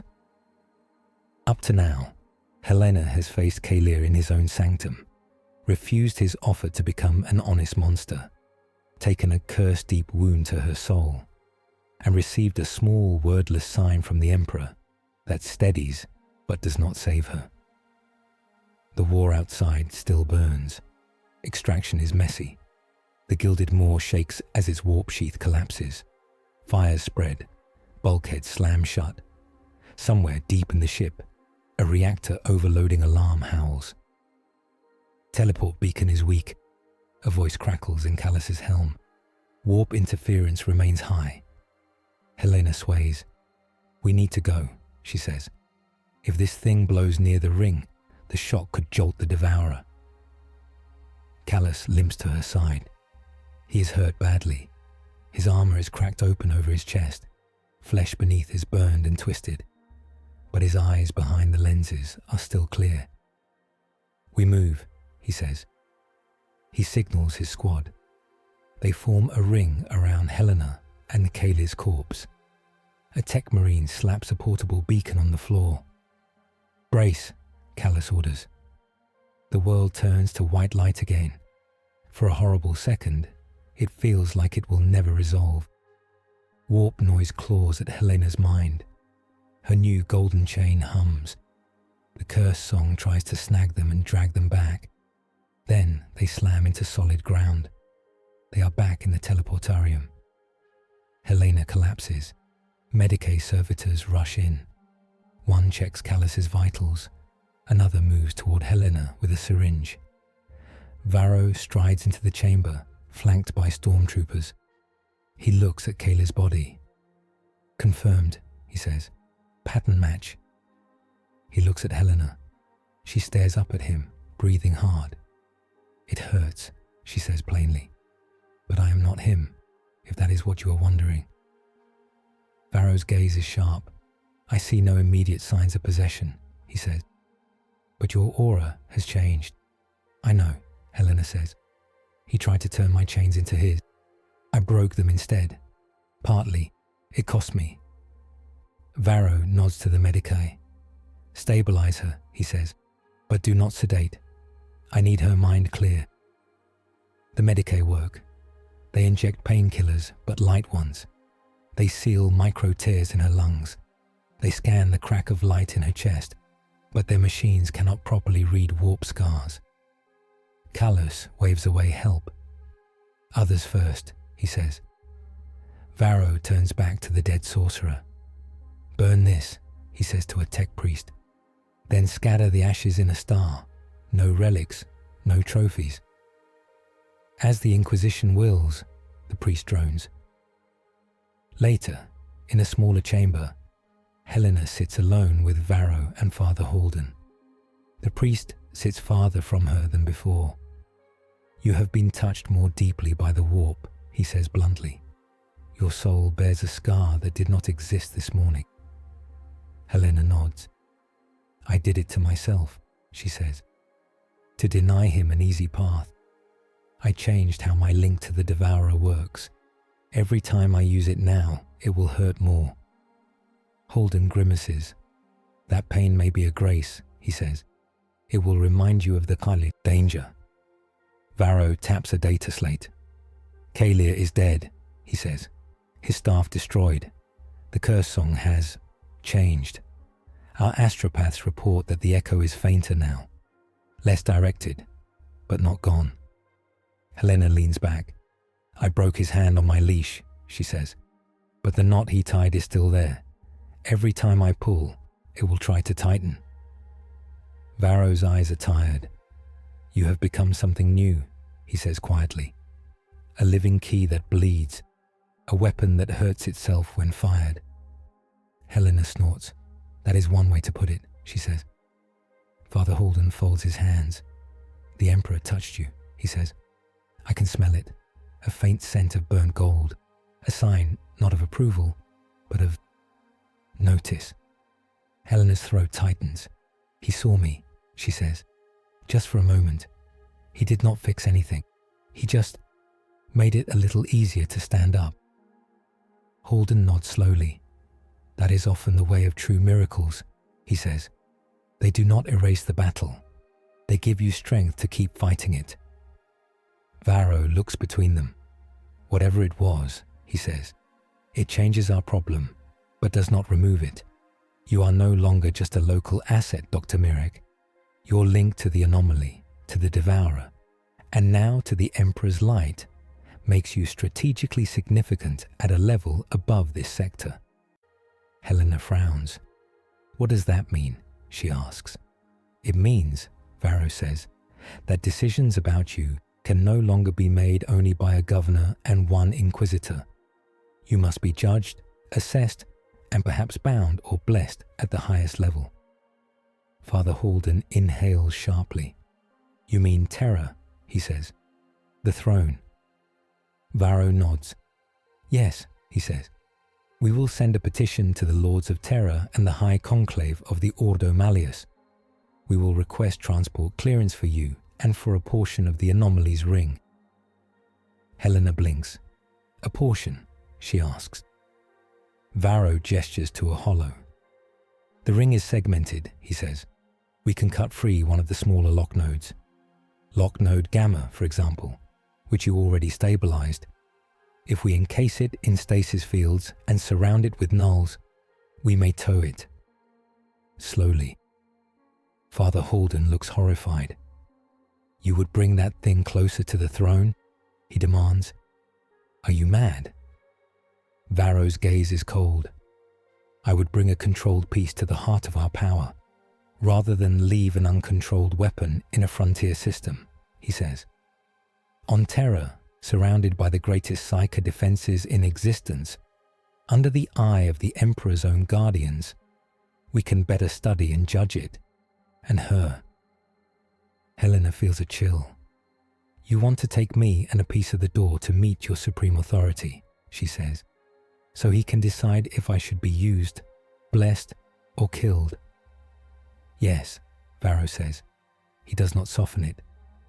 This is bigger than Bastion 6. The Devourer is not just a threat. It is a possible tool in the long war, or a seed of doom. We cannot tell from here. Father Holden looks at Helena. I do not like this, he says. Bringing taint to Terra is the oldest of sins, but ignoring it may be worse, and I cannot deny the sign on you. He sighs. I will travel with you, he says, as a witness and as a voice of caution. Helena rubs her face. Another long trip, another set of judges, another room where people will argue about what she is. I came here to save my world, she thinks. Now I am being sent to the throne of a god king to explain myself. She gives a tired laugh. Of course, she says. Why not? I always wanted to see the capital of a grim space empire. Varro's mouth twitches. Your levity is either bravery or shock, he says. Both, Helena says. Governor Morn joins them a short time later. She has a new scar across her cheek, a thin line earned when a support beam fell during a later Chaos bombardment. Her eyes are steady. I have heard the plan, she says. You leave. You take her. You take a piece of the ring. Helena stands. You do not have to agree, she says. I am your problem, but I do not belong to you. Morn shakes her head. You saved my world, she says. Twice. You also put it in danger. Both things are true. She looks at Varro. If you say Terra must decide, then so be it. But hear this, Inquisitor. If they choose to use her in ways that turn her into a monster, I will call that out, even if it costs me my rank. Varro inclines his head. Duly noted, he says. He looks at Helena.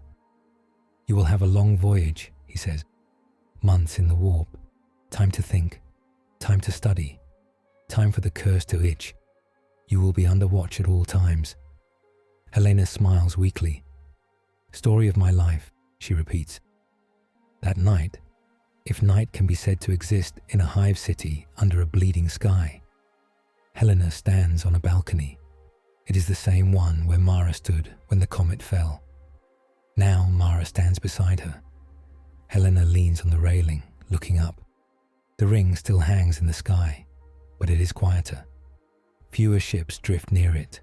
Cleanup operations, not war. The missing moon is still a dark hole in the starfield. You are leaving, Mara says. Her voice is soft, shy. Yes, Helena says. They are taking me to their capital to ask if I am allowed to keep doing what I do. Mara nods. My mother says you are dangerous, she says. My brother says you are cool. My father says you are proof the universe hates us. Helena snorts. What do you say? She asks. Mara thinks. I say, you are tired, she says. But you look up instead of down, so maybe you are on our side. Helena's eyes sting. Thank you, she says. They stand in silence for a while. You saved us, Mara says at last, even if it hurt, even if it meant you got hurt. If they try to make you forget that, remember this place, remember me. Helena nods. I will, she says. She touches the bone Aquila under her suit. Warm still. One golden chain, one warp scar, one world saved, for now. Tomorrow, the long road to the throne begins. Up to now, Helena has dragged a world eater into a new galaxy, saved Bastian Zix twice at horrible cost, killed a chaos sorcerer who tried to own her chains, and felt the Emperor's silent glance steady her soul. Now she leaves the Hive world behind, carrying her scar and her choices toward the throne of mankind. The convoy forms like a moving fortress in space.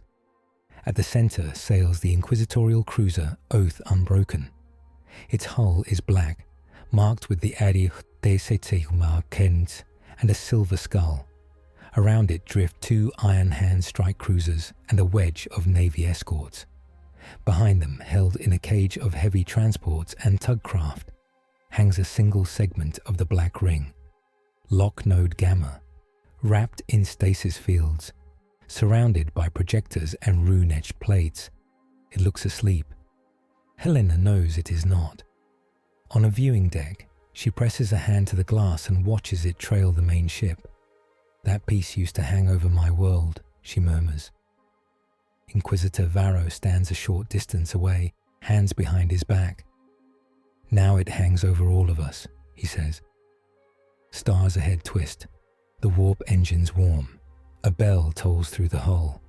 All hands, ready for translation, a Vox voice booms. Geller field to full strength. Helena feels a shiver in the air. The Geller field, the invisible shield that keeps demons out when ships travel through the warp, flares to life. Its pressure presses against her skin. The chains in her chest hum in reply. This may hurt, she says softly. Varro glances at her. Can you hold? He asks. She nods once. We jump, she says. We jump anyway. The stars stretch into lines. Reality bends. The convoy slips into the warp. Time in the warp does not feel normal. Sometimes an hour feels like a day. Sometimes a day feels like a minute. The Oath Unbroken's clocks keep ship time with stubborn faith. Helena's days fall into a strange rhythm. She spends mornings in the Medici Bay. The chief chirurgeon is a calm woman with augmetic eyes. She runs scanners over Helena's chest again and again, watching the strange readings. The crack does not heal, she says. It also does not widen. It behaves like a controlled fault, a wound that has decided how much it will hurt and no more. Not a surprise, Helena says.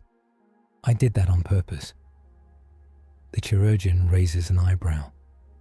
Most patients do not edit their own souls, she says dryly. I would advise against further modification. The readings spike when you dream. I will try not to dream, Helena says. They both know that is impossible. Helena's afternoons belong to the chapel. The ship's chapel is small compared to Bastian's cathedrals, but still grand. Candles burn before a golden Aquila. A mural of the Emperor on his throne covers one wall. Father Halden leads services there. Helena sits in the back, where she can slip out if the incense makes her dizzy. One day, Varro joins her on the bench. He kneels, makes the sign of the Aquila, and then, after a moment, speaks quietly. You do not kneel, he notes. In my world, we did not kneel to anyone, Helena says. We also did not have a visible, soul-powered corpse god on a golden chair, so maybe that was easier. Varro's mouth twitches. He's not a god, Halden says from the front, as if he heard them. He is the Emperor. He feels like a god when he looks at you, Helena says. Varro studies the mural. What is your code now? He asks. You said secure, contain, protect once. What does that mean in an Imperium where war never ends? Helena thinks. Secure, she says slowly. Make sure the Devourer does not move where it should not. Contain. Keep it away from people. Protect. As many as I can, without pretending everyone can be saved. Varro nods. And when that code clashes with ours, he asks. When the Imperium says, feed this rebel world, and you say, no. Then we fight, Helena says simply, with words first. If that fails, we see. Varro looks at her. You understand that defiance of the Imperium is death, he says. I understand that blind obedience is another kind of death, she replies. For a long moment, they sit in silence. Halden's voice rolls over them as he preaches about sacrifice and duty. Men and women in flak armor bow their heads. Varro sighs. Perhaps the throne will burn the conflict out of you, he says. Or sharpen it, Helena says. We'll see. Evenings, she reads. In a shielded room, under guard, she sits before a lectern of metal and bone. A servo skull projects data scrolls into the air. Ordo Malleus archives. She reads reports of demonic incursions, lists of exterminatus orders, case studies of sanctioned psychers who burned too bright and became something else. She reads about anathema-class threats, entities that warp reality on a scale similar to small gods.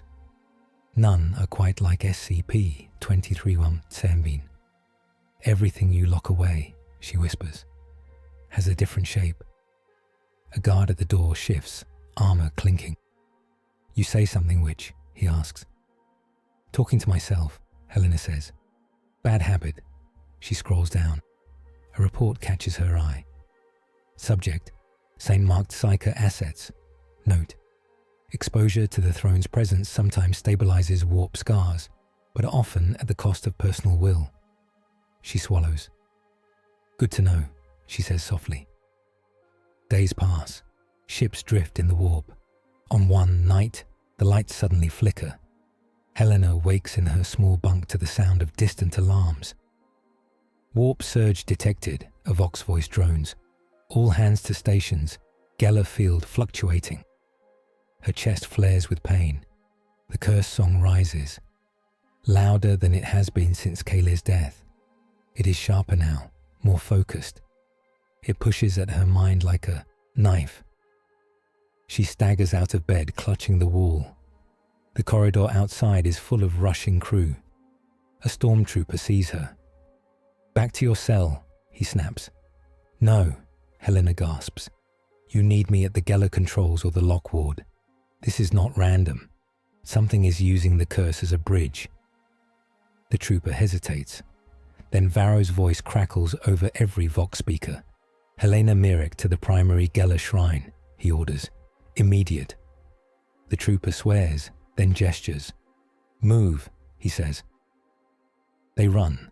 The Geller shrine is a wide circular chamber around the ship's psychic shield core.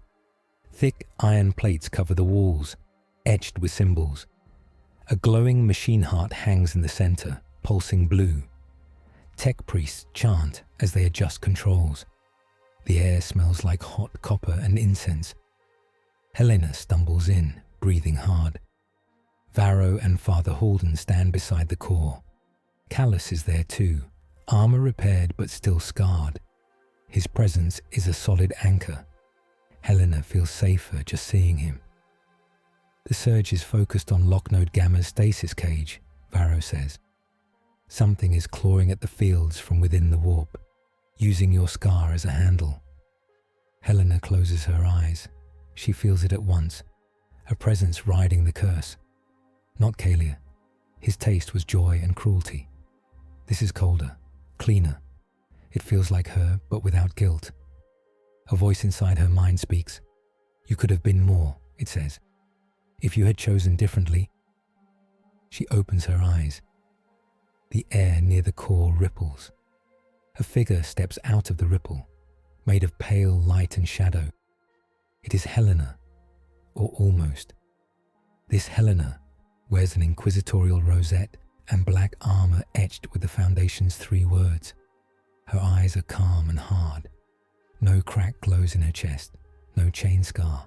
Crew gasp. Father Holden lifts his rosarius. "Demon," he whispers. The mirror Helena tilts her head. "Not a demon," she says. Her voice is Helena's voice, but colder. A possibility, a path, a model built from her choices and her fears. Real Helena glares. "Mirror me," she says. Of course, I should have expected my brain to join the party. Callus raises his bolter. "State your allegiance," he says. Mirror Helena looks at him. "To victory," she says. Unlike her. She looks back at Helena. "In my path, I listen to Kayla," she says. "Not to join chaos, to learn from him. I stop flinching at sacrifice. I use the Devourer like a tool. I did not waste time crying over each soul." Images flash in Helena's mind. Cities spared by using the ring as a gun. Chaos fleets swallowed whole. Worlds burned before they could fall to corruption. And then, Helena asks. Mirror Helena's eyes glitter. "And then the weight became easy," she says. "So easy to judge who was worth saving. I killed fast. I killed often. I stopped seeing faces." Helena's stomach turns. "Why would you show me this?" she asks. "To scare me." "To tempt you," Mirror Helena says calmly. "You are already halfway there. You count costs. You accept necessary deaths. Stop pretending you are different. Embrace it. Drop the guilt. Become efficient." Father Holden steps forward. "This thing is a warp echo of pride," he says. "It uses your own logic against you." Mirror Helena smirks. "Coming from a man whose church orders exterminatus, that is rich," she says. Callus glances at Helena. "She is not real," he says. "She is a weapon. Treat her as such." Helena nods, but the words still hurt. She can see the safety in that cold path. Numbers are easier than names. "You save more lives by not caring," Mirror Helena says. "There is only war. There is no time for tears." The Geller field around them shudders. Demon shadows press against the walls, clawing. The Mirror Helena's presence strengthens them, focuses the storm. Varro's voice is sharp. "Dr. Mirek," he says. "Can you send this thing back?" Helena shakes her head. "She's not outside me," she says. "She's inside the curse and the door and my own thoughts. If I push too hard, I tear myself." Mirror Helena smiles sadly. "Of course," she says. "We are the same. That is why I can speak to you in ways the others cannot. I am your flaw with the brakes removed." Helena squeezes her eyes shut. She hears Mara's voice in her memory. "You are tired, but you look up instead of down." She hears the Emperor's wordless thought. "You cannot carry this alone." "I know," she thinks back. She opens her eyes. "I will not be you," she tells the mirror. "I will not stop hurting when people die because of me. I need that pain. It tells me I am still human." Mirror Helena's face hardens. "Then you will break," she says, "like glass." "Maybe," Helena says, "but I will break trying to remember every face I can, not smoothing them into numbers." The warp storm screams. The core pulses, bright and strained. A thin golden line flickers across the floor. Helena looks down. The Emperor's chain. It rises from the deck like a beam of light. It does not touch the mirror. It touches Helena's chest, right over her scar. A simple thought arrives in her mind. Reach the throne. No comfort, no long speech, just that order. "Got it," Helena whispers. She grabs the golden chain with her mind and pulls. Not on the Devourer, on herself. Pain spikes. The curse song snarls. The mirror Helena's form distorts. stretched between Helena and the warp storm. "What are you doing?" the echo demands. "Choosing," Helena says through gritted teeth, "dragging myself towards someone else's judgment before I slide into yours." She yanks. The mirror screams as it is torn, drawn back into the curse scar and the warp beyond. The demonic pressure drops. The Geller field flares back to full strength, a hard shell. Silence falls. Helena drops to her knees. Blood drips from her nose. Callus lowers his weapon. Varro lets out a slow breath. "That was your flaw, weaponized," he says quietly. "Your willingness to think in numbers instead of names." Helena wipes her face. "I am not going to claim I beat her forever," she says. "She will be back, in dreams, in choices. But I know what the throne wants now." "What?" Holden asks. "Not clean hands," Helena says. "Those are impossible here. He wants honest wounds, people who admit the hurt." Holden studies her. "That is a harsh reading," he says. "It is a harsh universe," Helena says. Varro nods to the tech priests. "Stabilize the Geller field," he orders. "Log this incident as a mirror-spawned flaw manifestation." He looks at Helena. "Get some rest," he says. "The next time you argue with yourself, try to do it without shaking the whole ship." She laughs once, tired. "I will try," she says. The rest of the voyage passes without more storms. Or perhaps they come and go, but none dig as deep as that mirror did. Finally, ship time clocks chime for final translation. "Approaching Sol system," the Vox announces. "Prepare for real space." Helena stands on the viewing deck again, beside Varro, Callus, and Father Holden. The warp peels away. Real stars snap back into focus. Ahead, a yellow sun burns. Around it spin planets. One of them is wrapped in a halo of steel and fire. Terra, humanity's cradle, the throne seat. Helena's breath catches. The planet is huge and brown and gold, wrapped in clouds and smoke. Around it orbit shipyards, defense platforms, and whole fortress stations. A ring of void ships sits in high orbit, like a crown of blades. Closer, a structure shines. The Imperial Palace, a continent-sized mass of towers, walls, and domes. At its heart, something glows brighter than anything else. Helena knows, without being told, that this is where the throne sits. "Welcome to the heart of madness," she whispers. "Welcome to home," Father Holden says, eyes wet.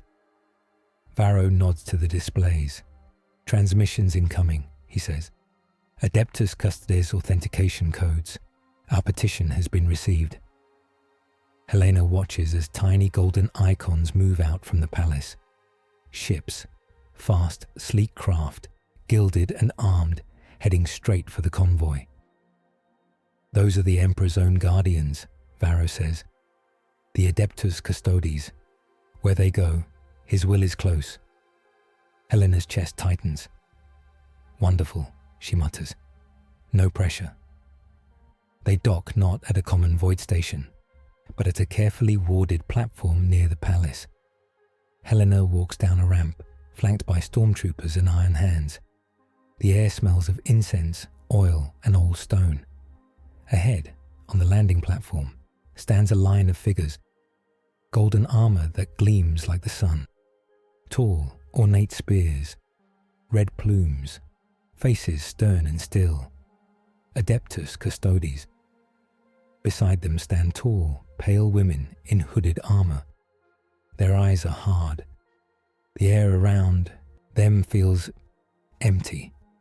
Sisters of silence, blanks, people with no presence in the warp at all. The moment Helena steps closer, the sister's aura hits her. Her chains go quiet. The Devourer's distant hunger muffles. The curse scar dims. For the first time since she fell into this galaxy, the background noise in her head drops to almost nothing. It is like stepping into cool water after standing too close to a fire. She sways. One sister takes a half step forward, watching her closely. Helena manages a smile. "Do all your guests feel this good?" she asks. The sister says nothing. They cannot speak. Their order took vows of silence. A custodian steps out. His armor is covered in eagle wings and scrolls. His face is lined, but his eyes are bright. "I am Tribune Custodian Alkan," he says. "By the word of the High Lords and the Captain General, you are summoned to stand before the throne as a case." Helena snorts softly at that word. "A case," she repeats. "Story of my life." Varro steps forward and bows. "Inquisitor Varro, Ordo Malleus," he says. "I bring Doctor Helena Mirek, bound warden of the anomaly known as the Devourer, and Lock Node Gamma for judgment." Alkan nods. "We will take custody of the asset," he says. "You and a small escort may attend. Weapons will stay outside the inner sanctum." Callus shifts slightly. "I will remain where I can," he says. Helena looks at him. "I am glad you came this far," she says. "I finish the missions I start," he replies. The walk to the throne is long. They pass through towering gates carved with scenes of ancient wars. They cross halls lined with statues of heroes and saints. Pilgrims kneel by the thousands, whispering prayers. Servo skulls and cherubs flit overhead. Helena walks between two sisters of silence. The quiet around them is heavy, but not cold. It is like the inside of a shield. She feels small. At last, they reach a vast hall. Columns like mountains, a ceiling lost in shadow. At the far end, up a wide stair, blazes a light. The golden throne. Helena cannot see every detail. She sees only enough. The shape of a giant seated form bound to a machine. Golden armor, a halo of machinery, rivers of cables. A slow, steady psychic fire that fills the world. She drops to one knee without thinking. Not because someone told her to, but because anything else would feel wrong in this moment. Varro kneels. Holden lies flat on his face. Even the custodes bow their heads slightly. The sisters stand, silent. The light washes over Helena. The golden chain inside her hums. And then, just as in the chapel before, the world narrows. The hall fades. The noise of pilgrims dims. She stands again in the grey space of doors. The Devourer looms on one side. Her mirror self lingers like a shadow, weaker now. Between them sits the throne. This time, the figure on it is clearer. The Emperor's eyes burn like suns. His face is calm, old, tired, immense. He does not speak, with a voice. Thoughts bloom in Helena's mind. "You have brought a hungry god into my sky," they say. "You have fed it moons and traitors. You have saved one world and doomed another." Helena lowers her head. "Yes," she thinks. "I chose who died and who lived. I tried to choose well. I know that does not erase the blood." Images rise. Bastion 6 missing moon. Chaos ships dragging into the moor. Mara on the balcony. Kayla dying. The mirror echoes sneering. "You fear becoming proud of your power," the thoughts say. "You fear becoming numb. That fear is good." Helena nods. "I want rules," she thinks. "Lines. Chains that bind me as much as I bind the Devourer." The Emperor's gaze turns to the giant shadow. "You cannot destroy this with the tools you have," the thoughts say. "Not yet. To unmake such a thing would tear holes too wide. For now, it must be used or contained." Helena flinches. "I hate hearing used and world eater in one sentence," she thinks. The throne's light flickers. Victory here is not clean, the thoughts say. There are no perfect wins. Only fewer suns going dark. Fewer children eaten. Fewer worlds burned. Helena's throat tightens. Then what is good? She asks, if all I can do is choose which horrors happen. A strange warmth answers. Good is choosing the smaller horror and still grieving it, the thoughts say. Good is refusing to enjoy the choice. Good is letting guilt guide, not rule. She breathes out. Tears prick her eyes. Can I keep doing this? She asks. Will I break? The Emperor's gaze seems to soften. You will break, the thoughts say. All mortals do. The question is when and what your breaking saves. He raises a hand. Chains of golden light appear around Helena, not binding her limbs but circling her soul. These are not to hold you down, the thoughts say. They are rules. She feels them sink into her. 1. Only enemies in open war may be fed to the Devourer. No civilians, no quiet purges. 2. She may refuse to use it 3 times, even if commanders demand it, without being judged a traitor. 3. Every use will take a piece of her life. No one else's will pay that part. 4. An arm of the throne, a custodian, an inquisitor, and a priest must all agree before she acts. 5. When her scar burns beyond bearing, she must stop, no matter the battle, and pass the chain to another, if one can be found. The Devourer growls at these rules. The golden chains around it tighten. The mirror echo hisses and fades further. Helena feels the mandates sink deep. They hurt. They also help. Do you accept? The thoughts ask. She laughs softly, bitter and grateful. Like I have a better option, she thinks. Yes, I accept. The throne's light flares. Then you are mine now, the thoughts say. Not as a slave, as a tool that knows it is a tool and still chooses to cut in the right direction. The grey space fades. The hall returns. Helena finds herself kneeling on the cold floor, tears on her face, chest aching and warm. Varro is beside her, watching. What did he say? He whispers. Helena looks up at the blazing light of the throne. He did not give me peace, she says softly. He gave me rules, and a bill. In blunt terms, Helena emerges from the audience as a sanctioned anathema warden. She can still steer the Devourer, but only under a strict 3-key command. A Custodes representative, an Ordo Malleus Inquisitor, and an Ecclesiarchy Confessor must all agree before she acts. Each use of her power now cuts her lifespan, not her body alone. Medicae auguries show a clear, step decline tied to every major feeding. The Emperor's golden chain steadies her mind, but does not shield her from pain. If anything, it makes her feel each cost more clearly.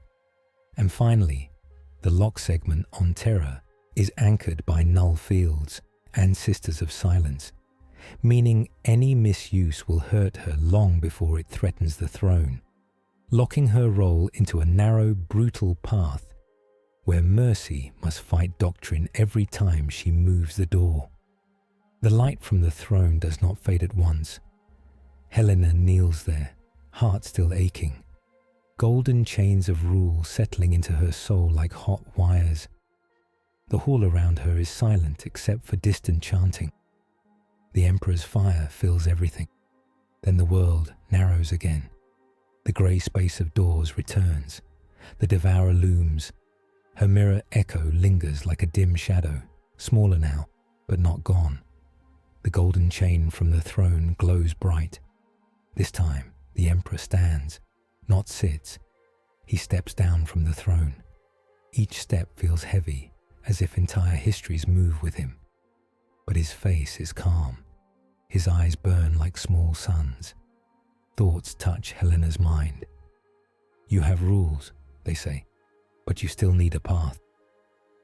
3 doors appear in the grey. They are simple. One shows a faint blue light behind it. One shows deep red. One shows gold with black cracks. The Emperor gestures. 3 ways. the thoughts say. Return, wander, serve. Helena swallows. Show me, she thinks. The first door swings open. Blue light spills out. Cold, thin. Helena sees herself standing in a Foundation chamber again. White walls, steel floor, a red SCP logo on a door. She is back on her Earth. Her lab coat is clean. Her hair is streaked with grey. The crack in her chest still glows, but faintly. No golden chain, only her own. 2317 is there too, not as the ring in the sky, but as it was before.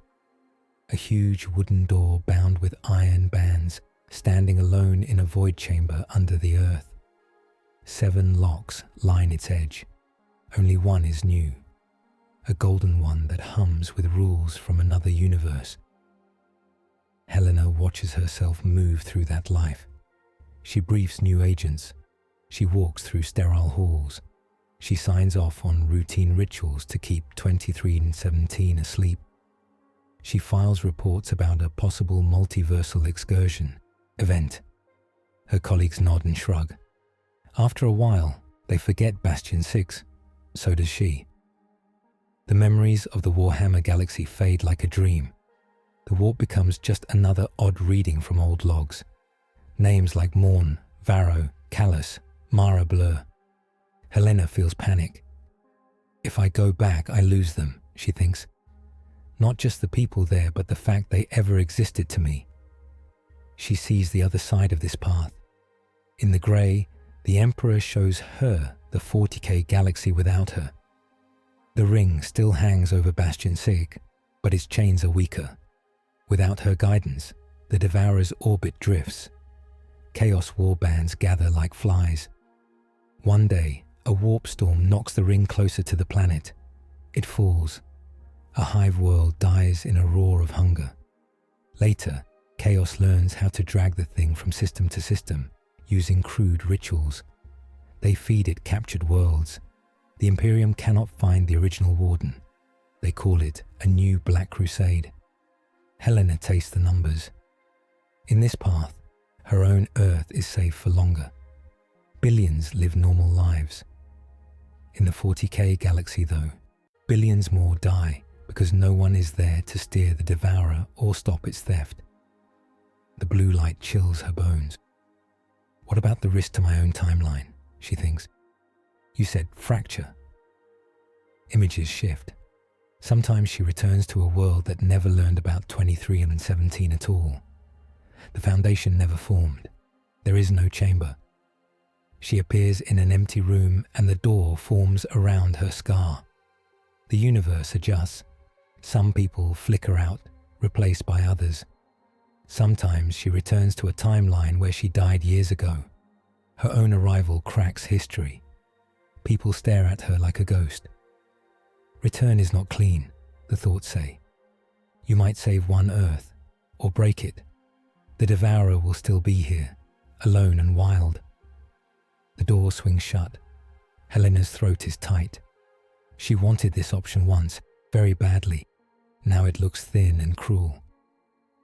That path saves me, she thinks. A version of me, my home. But it kills too many I know now. And it lets that thing loose without even a guilty warden to argue. The second door opens. Red light spills out. This one smells like hot iron and smoke. She sees herself again, but different. She wears no Imperial symbol, no Foundation logo. Her armor is a mix of both, black plates, simple lines, with 3 arrows and a small aquila merged. But the aquila is scratched out. Her eyes are bright and hard. The crack in her chest blazes. There is no golden chain, only raw warp light. This Helena moves between stars alone. Sometimes she travels in a captured ship, its markings scraped off. Sometimes she steps through thin places in reality, vanishing in one system and appearing in another. She goes where the Devourer's chain reaches. She goes where the warp is loud. She is a free agent, an unsanctioned warden. Helena watches. Free agent Helena arrives above worlds as the ring appears. She decides who to save. When Chaos fleets come, she pulls them in, without calling anyone. When Imperial governors abuse their people, she sometimes feeds their ships to the door as punishment. The Imperium learns to fear her. Some call her the Chain Witch. Some call her the False Saint. Some call her a heretic who holds a god by the throat. Fleets chase her. Inquisitors send kill teams. Astartes chapters argue in their halls about whether to join her, hunt her, or use her. Civil wars spark. On one world, she saves a rebellious Hive from exterminatus by using the Devourer on the attacking fleet. The Hive cheers. The wider Imperium curses her name. On another, she destroys a Chaos Crusade before it reaches an agri-world, saving billions. But she also drags in an entire guard army that refused her orders, killing tens of thousands of loyal troops. Helena watches her own face harden over the years. Free Agent Helena stops meeting eyes. She stops talking to survivors. She moves on quickly, war to war, system to system. Guilt numbs.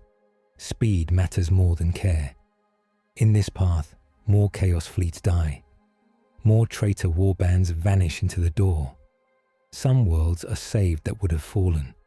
Some Imperial tyrants die who would have lived. But the fabric of the Imperium tears. Its own people cannot trust their sky. And in the warp, Chaos laughs. They love confusion. They love splintered authority. They love a powerful peace that answers to no one. You create a fifth power, the thoughts say. Not quite Chaos, not quite Imperium. A wandering judge. You save many. You doom the idea of order. Helena feels sick. She sees herself in this path, older, still walking, chains wrapped tight around her soul. No throne, no council. Only her own logic and the whisper of her mirror echo. I would become what I hate, she thinks. Someone who says, I know best, and never asks again. The door swings shut. The third door opens. The light is gold-streaked with black, warm and harsh at once. She sees herself as she is now, or a little older. Same scar, same golden chain, same tired eyes. She stands on a bridge of a ship, marked with both binds and the triple arrow foundation symbol, now fused into a new sigil beneath an aquila. Callus stands behind her. Varro is at her side. Father Holden, older, leans on a staff. In this path, she is the sanctioned warden, the anathema key. She does not travel alone. When the Devourer is used, the three-key rule is followed. A custodes envoy, a malleus inquisitor, and a confessor must all give assent.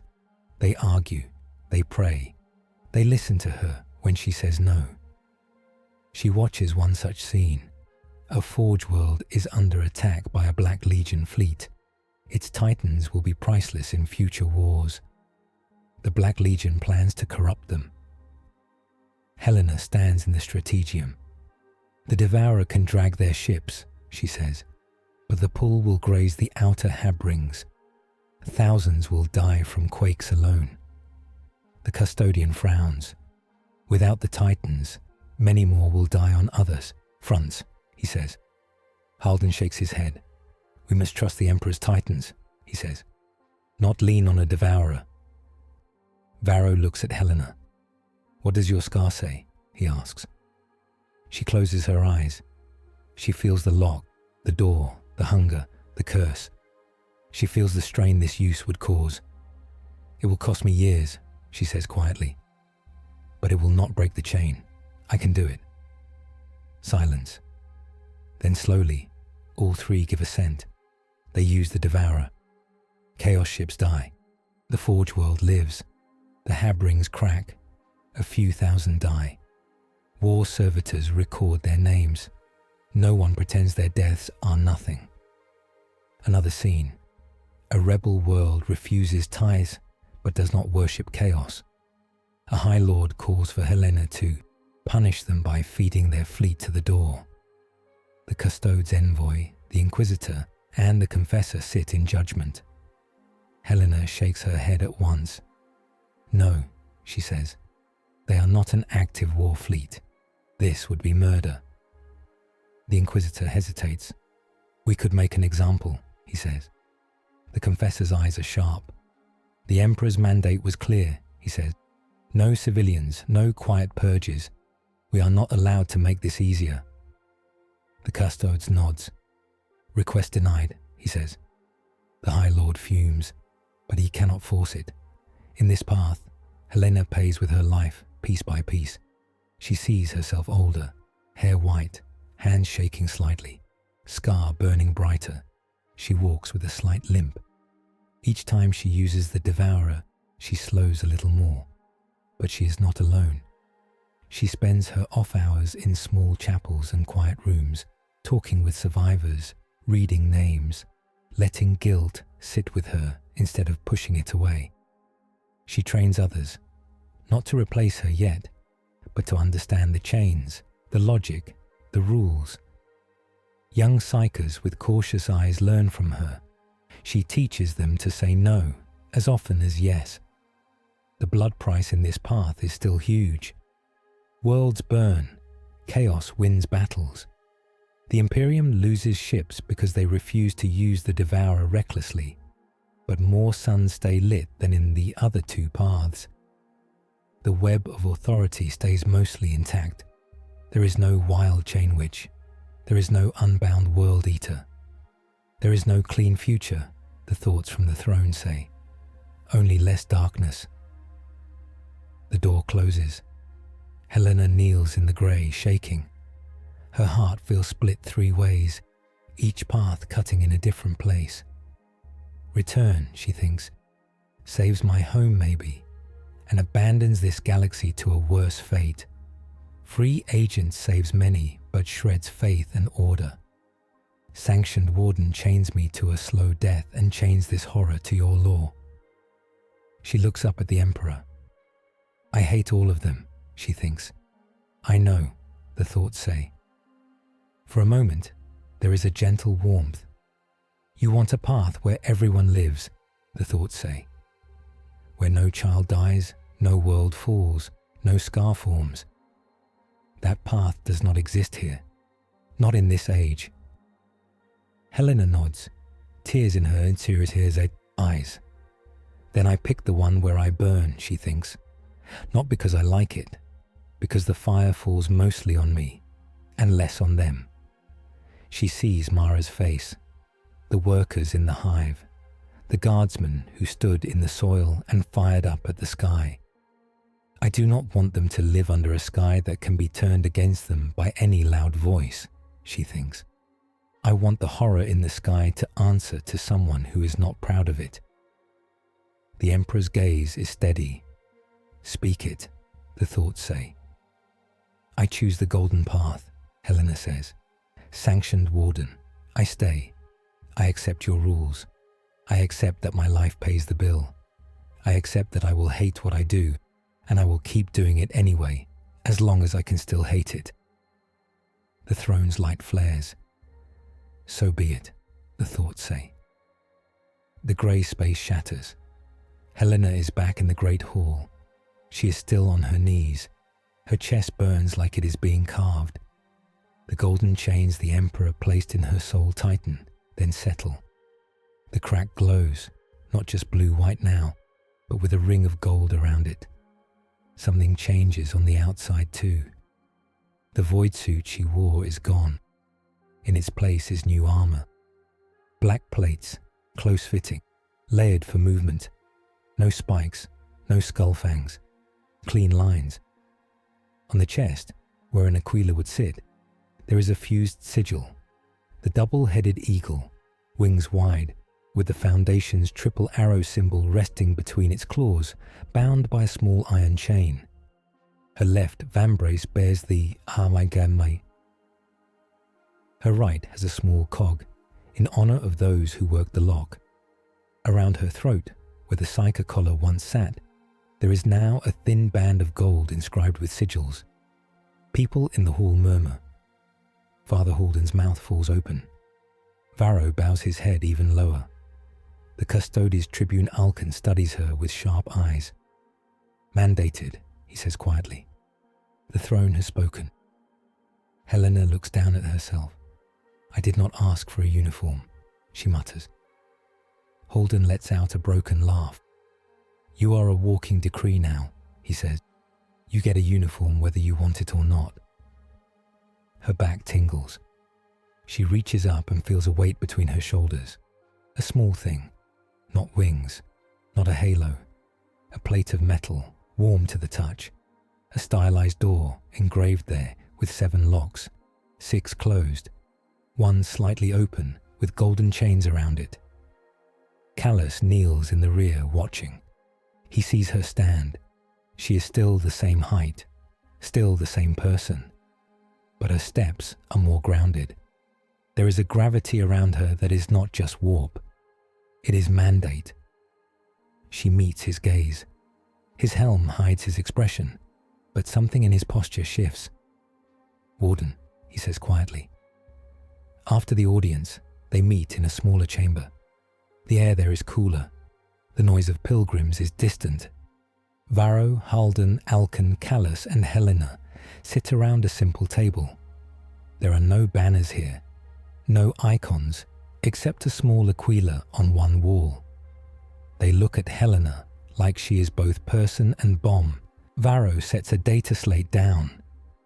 The throne's will must be written, he says. We must translate what happened into words, clauses, and orders. If we do not, others will twist it. Helena nods. Boundary time, she says. Holden leans forward. I will speak for the church, he says. My job is to keep our souls from sliding into the ends justify all means. Alkan nods. I speak for the custodes, he says. Our task is to ensure this tool does not turn against terror. Varro rests his hand on the slate. I speak for the Ordo Malleus, he says. We use weapons against the warp. We know their tricks.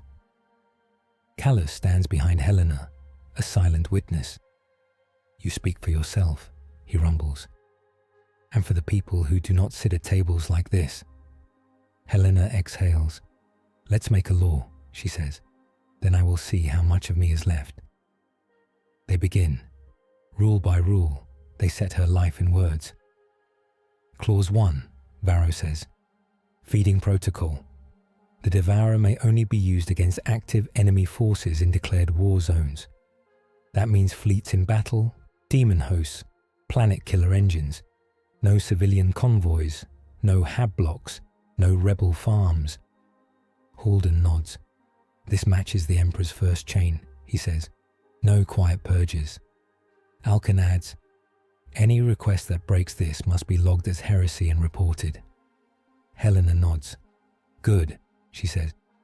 I want anyone who tries to use me as a trash chute to feel heat. Clause 2, Alkan says. Triple key. A custodes representative, an Ordo Malleus inquisitor, and an ecclesiarchy confessor must all give assent before each major use. Minor adjustments, like nudging debris, may be done by the warden alone, but any act involving souls needs 3 keys. Varro grimaces. This will slow us, he says. That is the point, Helena says. If you can unleash this thing in a heartbeat, you will do it too often. Holden smiles grimly. I like this clause, he says. It forces prayer into the process. Clause 3, Varro says. Veto rights. The warden. He looks at Helena. The Emperor showed you 3 refusals, he says. You may say no 3 times even when all keys say yes, without consequence. Helena raises an eyebrow. Only 3? She asks. Alkan's gaze is steady. It is 3 more than most tools get, he says. Beyond that, you and we must be aligned, or this system will break, Helena thinks. 3 times she can say, I choose not to, I bear that sin. After that, saying no means breaking her role. It is a hard limit, but it is a real one. Fine, she said. I will try not to waste them on days when someone just annoys me. Callus snorts quietly. Clause 4, Halden says. Pain and payment. Each use takes from your life. We will monitor this. If your scar reaches a certain point, and we will define that in clear terms, the warden must stop. No exception. To force her beyond that is to defy the throne. Varro adds, at that point, we will begin the search for a successor, or if none can be found, we will work to lock the Devourer as best we can and seal it. Helena's chest tightens. You plan for my death like an event log, she says. Halden's eyes are gentle. We must, he says. Death is not an error in this job. It is the final cost entry. She nods slowly. Okay, she says. Just promise me something. When that day comes, you do not make a saint out of me. Do not put up statues. Tell people I was tired and scared and made mistakes, and I still kept the door as best I could. Halden smiles sadly. I will try, he says, but pilgrims like statues. Clause 5, Alkin says. Defense. If any faction, Imperial or otherwise, tries to seize the Devourer or the Warden outside this protocol, the Custers are authorized to respond with lethal force, up to and including removing the Warden rather than letting her be taken. Helena swallows. So if someone tries to kidnap me, she says, you are allowed to shoot me in the head first. Yes, Alkin says. It is mercy in that case. Helena lets out a slow breath. Better my skull than my chains in their hands, she says. Clause 6, Varro adds. Transparency. Every feeding event will be recorded in a sealed codex. Names of systems, numbers of ships, estimated civilian impact. No lies on the tally. Helena nods hard. If we start hiding the bill, she says, we are already lost. They go on. They write down where she can live, near nulls, near chapels, near viewports. How often she must rest. Who is allowed to speak to her about strategy. How often she must speak to citizens, to remember faces, not numbers. At last, the slate is full. Varro reads the final line. By order of the throne, the anathema warden, Helena Mirek, is bound under these articles. She shall be used only as last resort, never as first instinct. She shall be protected and watched in equal measure. She shall remember that she is a person, not a weapon. And when she can no longer remember this, her service ends. He looks up. Do you accept? He asks. Helena looks at them all. Varro, tired and sharp. Holden, wary and kind. Alkin, hard as gold. Callus, silent and loyal. She feels the golden chain in her chest flare. I accept, she says. She reaches out and touches the slate. Her finger leaves a faint glow on it. The words sink deeper into reality. Time passes. The epilogue begins not as a soft fade, but as another war. A red world burns under a white sun. Its name is Varel's Gate. Once, it was a simple mining planet. Now it is a battleground. A chaos warband of the Iron Warriors has dug in, turning the mines into bunkers. They plan to build a doomsday engine there, a gun that can crack planets. An Imperial crusade moves to stop them. Above Varel's Gate, the sky is full of ships. Imperial. Cruisers trade fire with Iron Warrior vessels. Escort swarms dart and die. Macro cannon shells like small moons cross the void. In the middle of this storm, the Devourer's ring hangs. Not as close to the world as over Bastion-Dix, but near enough. Lock Node Gamma sits within it, golden-chained. On the bridge of the wardenship Judgment of Chains, Helena stands in her armor. Her hair is streaked with grey now. The lines at the corners of her eyes are deeper. The crack in her chest glows bright. She stands a little more slowly, but when she speaks, her voice is clear. Varro stands to her left, older too. Father Halden sits nearby, breathing a bit harder, still holding his Rosarius. A Custodes envoy named Serath takes Alkin's old place. Callus is there, his armor bearing more scars. A hollow shows the battle. In 5 hours, the Iron Warrior's engine will fire, Varro says. They will test it on Virel's moon, then on the world, then on anything in range. Helena nods. Conventional assault, she asks. Serath answers. The Iron Warriors have layered the mines with traps, he says. Our Astartes will take heavy losses. We may not reach the engine in time. Halden frowns. The Devourer can pull their ships, he says, but not the engine itself. That is under the crust. Helena looks at the hollow. Her scar buzzes. She feels the door above. She feels the Iron Warrior ship's mass. She feels the engine below, feeding on the planet's bones. If we drag their ships now, she says, we cripple their resupply and their orbital guns. Our troops on the ground get through faster, but the pull will crack some of the surface mines.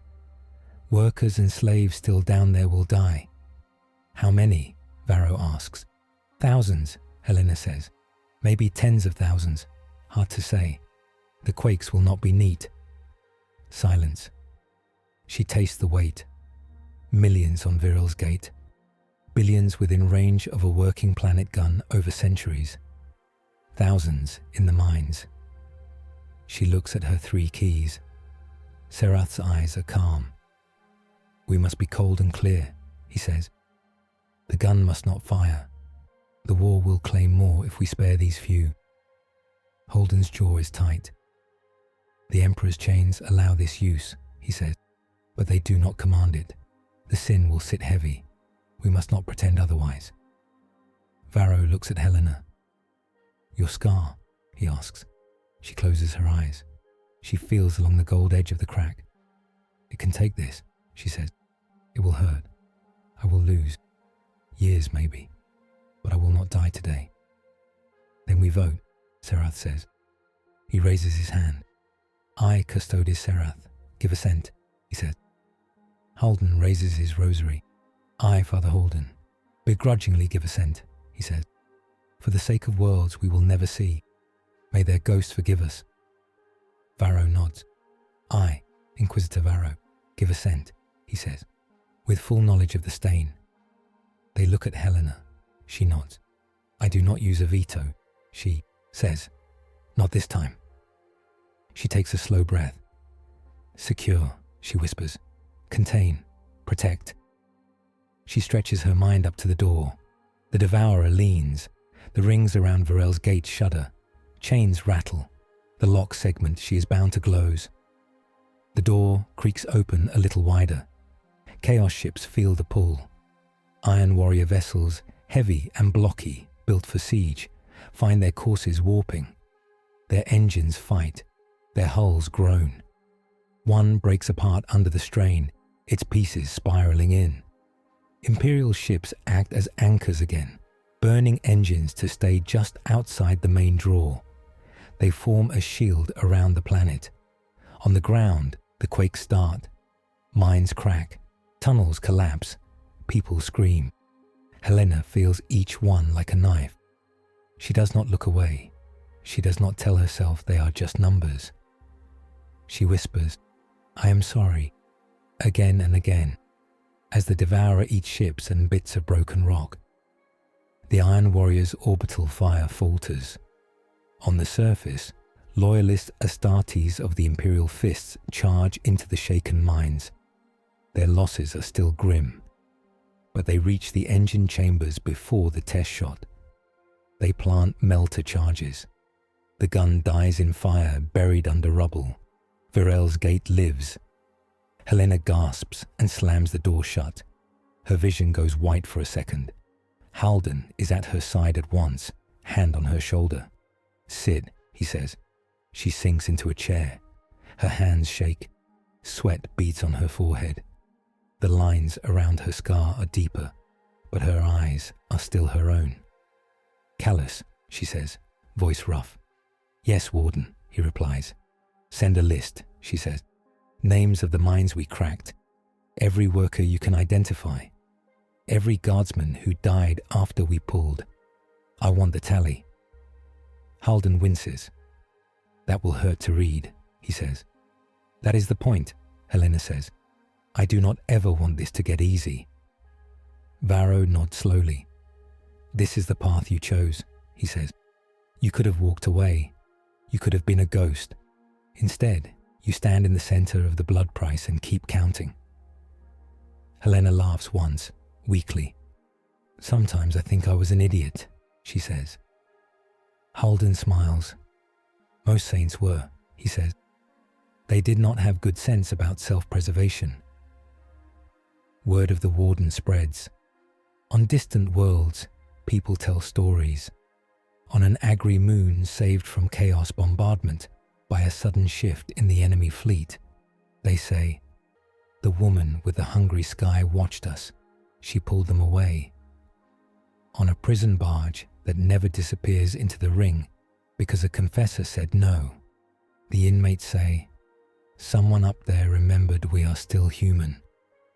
In High Lord's chambers, they whisper, some hate her. She is a leash on our power, one says. We could do so much if we used the Devourer freely. Others fear her. She could kill us with a thought, another says. What if she turns? A few respect her. She takes scars for us, an old admiral mutters. And she still asks for names. That counts for something. In the Eye of Terror, things notice too. The remnants of Kayla's warband gather around a new sorcerer. They carve Helena's sigil on their armor with a slash across it. She denied us a new god, the sorcerer says. She thinks she chains hunger. We will unmake her. A lord of change, a great bird demon of Tzinch, watches the warp ripple she makes. Interesting piece, it croaks. Rules in the midst of chaos. A chain that binds a chain. We will test its limits. The Devourer itself stirs. It feels new rules around its throat. It hates them. But it also feels food sometimes. Worlds of traitors. Fleets of heretics. Engines of doom. It waits. It is patient. It knows that one day the chains will reach their end. And far away, in a hive on Bastion 6, a girl-turned-woman tells a story to a group of kids. Mara sits on a crate in a small hab room. The lumens flicker above. Outside, the hive hums. The ring is a faint scar in the sky now, smaller, moved farther. But you can still see it if you know where to look. The first time I saw her, Mara says, she fell from the sky like a star and hit the hive so hard the walls shook. The kids lean in. You were there, one asks. Yes, Mara says. I saw her stand up in the crater. I saw her argue with an inquisitor. I saw her walk away in chains she chose. What is she now? Another child asks. A saint? A witch? Mara thinks. She is the woman who talks to the hungry door so it eats fewer of us, she says. She is tired. She's angry. She's sad. And she keeps doing it. The smallest child frowns. Why? They ask. Mara smiles, small and soft. Because someone has to, she says. And because when the sky gets dark, it is better if the hand on the light switch belongs to someone who does not enjoy turning it off. The kids sit with that. It is a heavy thought for small shoulders, but they live in a heavy galaxy. Mara stands and walks to the small porthole in the hab wall. She looks up. The ring is a faint curve against the stars. She imagines Helena somewhere out there, armor dull in a hangar, reading a list of names, hand on her chest. Keep looking up, Mara whispers. We see you. In a quiet chamber on Terra, Helena sits alone. There is no war hollow here, no keys, no officers, just a bench and a small, simple shrine. She holds the bone aquila from Morn in her hand. The edges are worn smooth now. Her scar hums softly, She feels older than her years. Each use of the Devourer has folded more time into her bones, but her mind is clear. Her mirror echo stirs sometimes. You could stop this pain if you let go, it whispers. If you stop caring, if you become the cold calculator. She smiles sadly. I know, she whispers back, but then you would win, and I am petty enough to stay in pain just to spite you. Silence. The grey space of doors does not open. The Emperor does not speak. The Devourer does not pull here. The sister's null light seeps under the door, easing the noise. Helena bows her head. Secure, she says. Contain, protect. She adds new words quietly. Remember, regret, continue. Then she stands.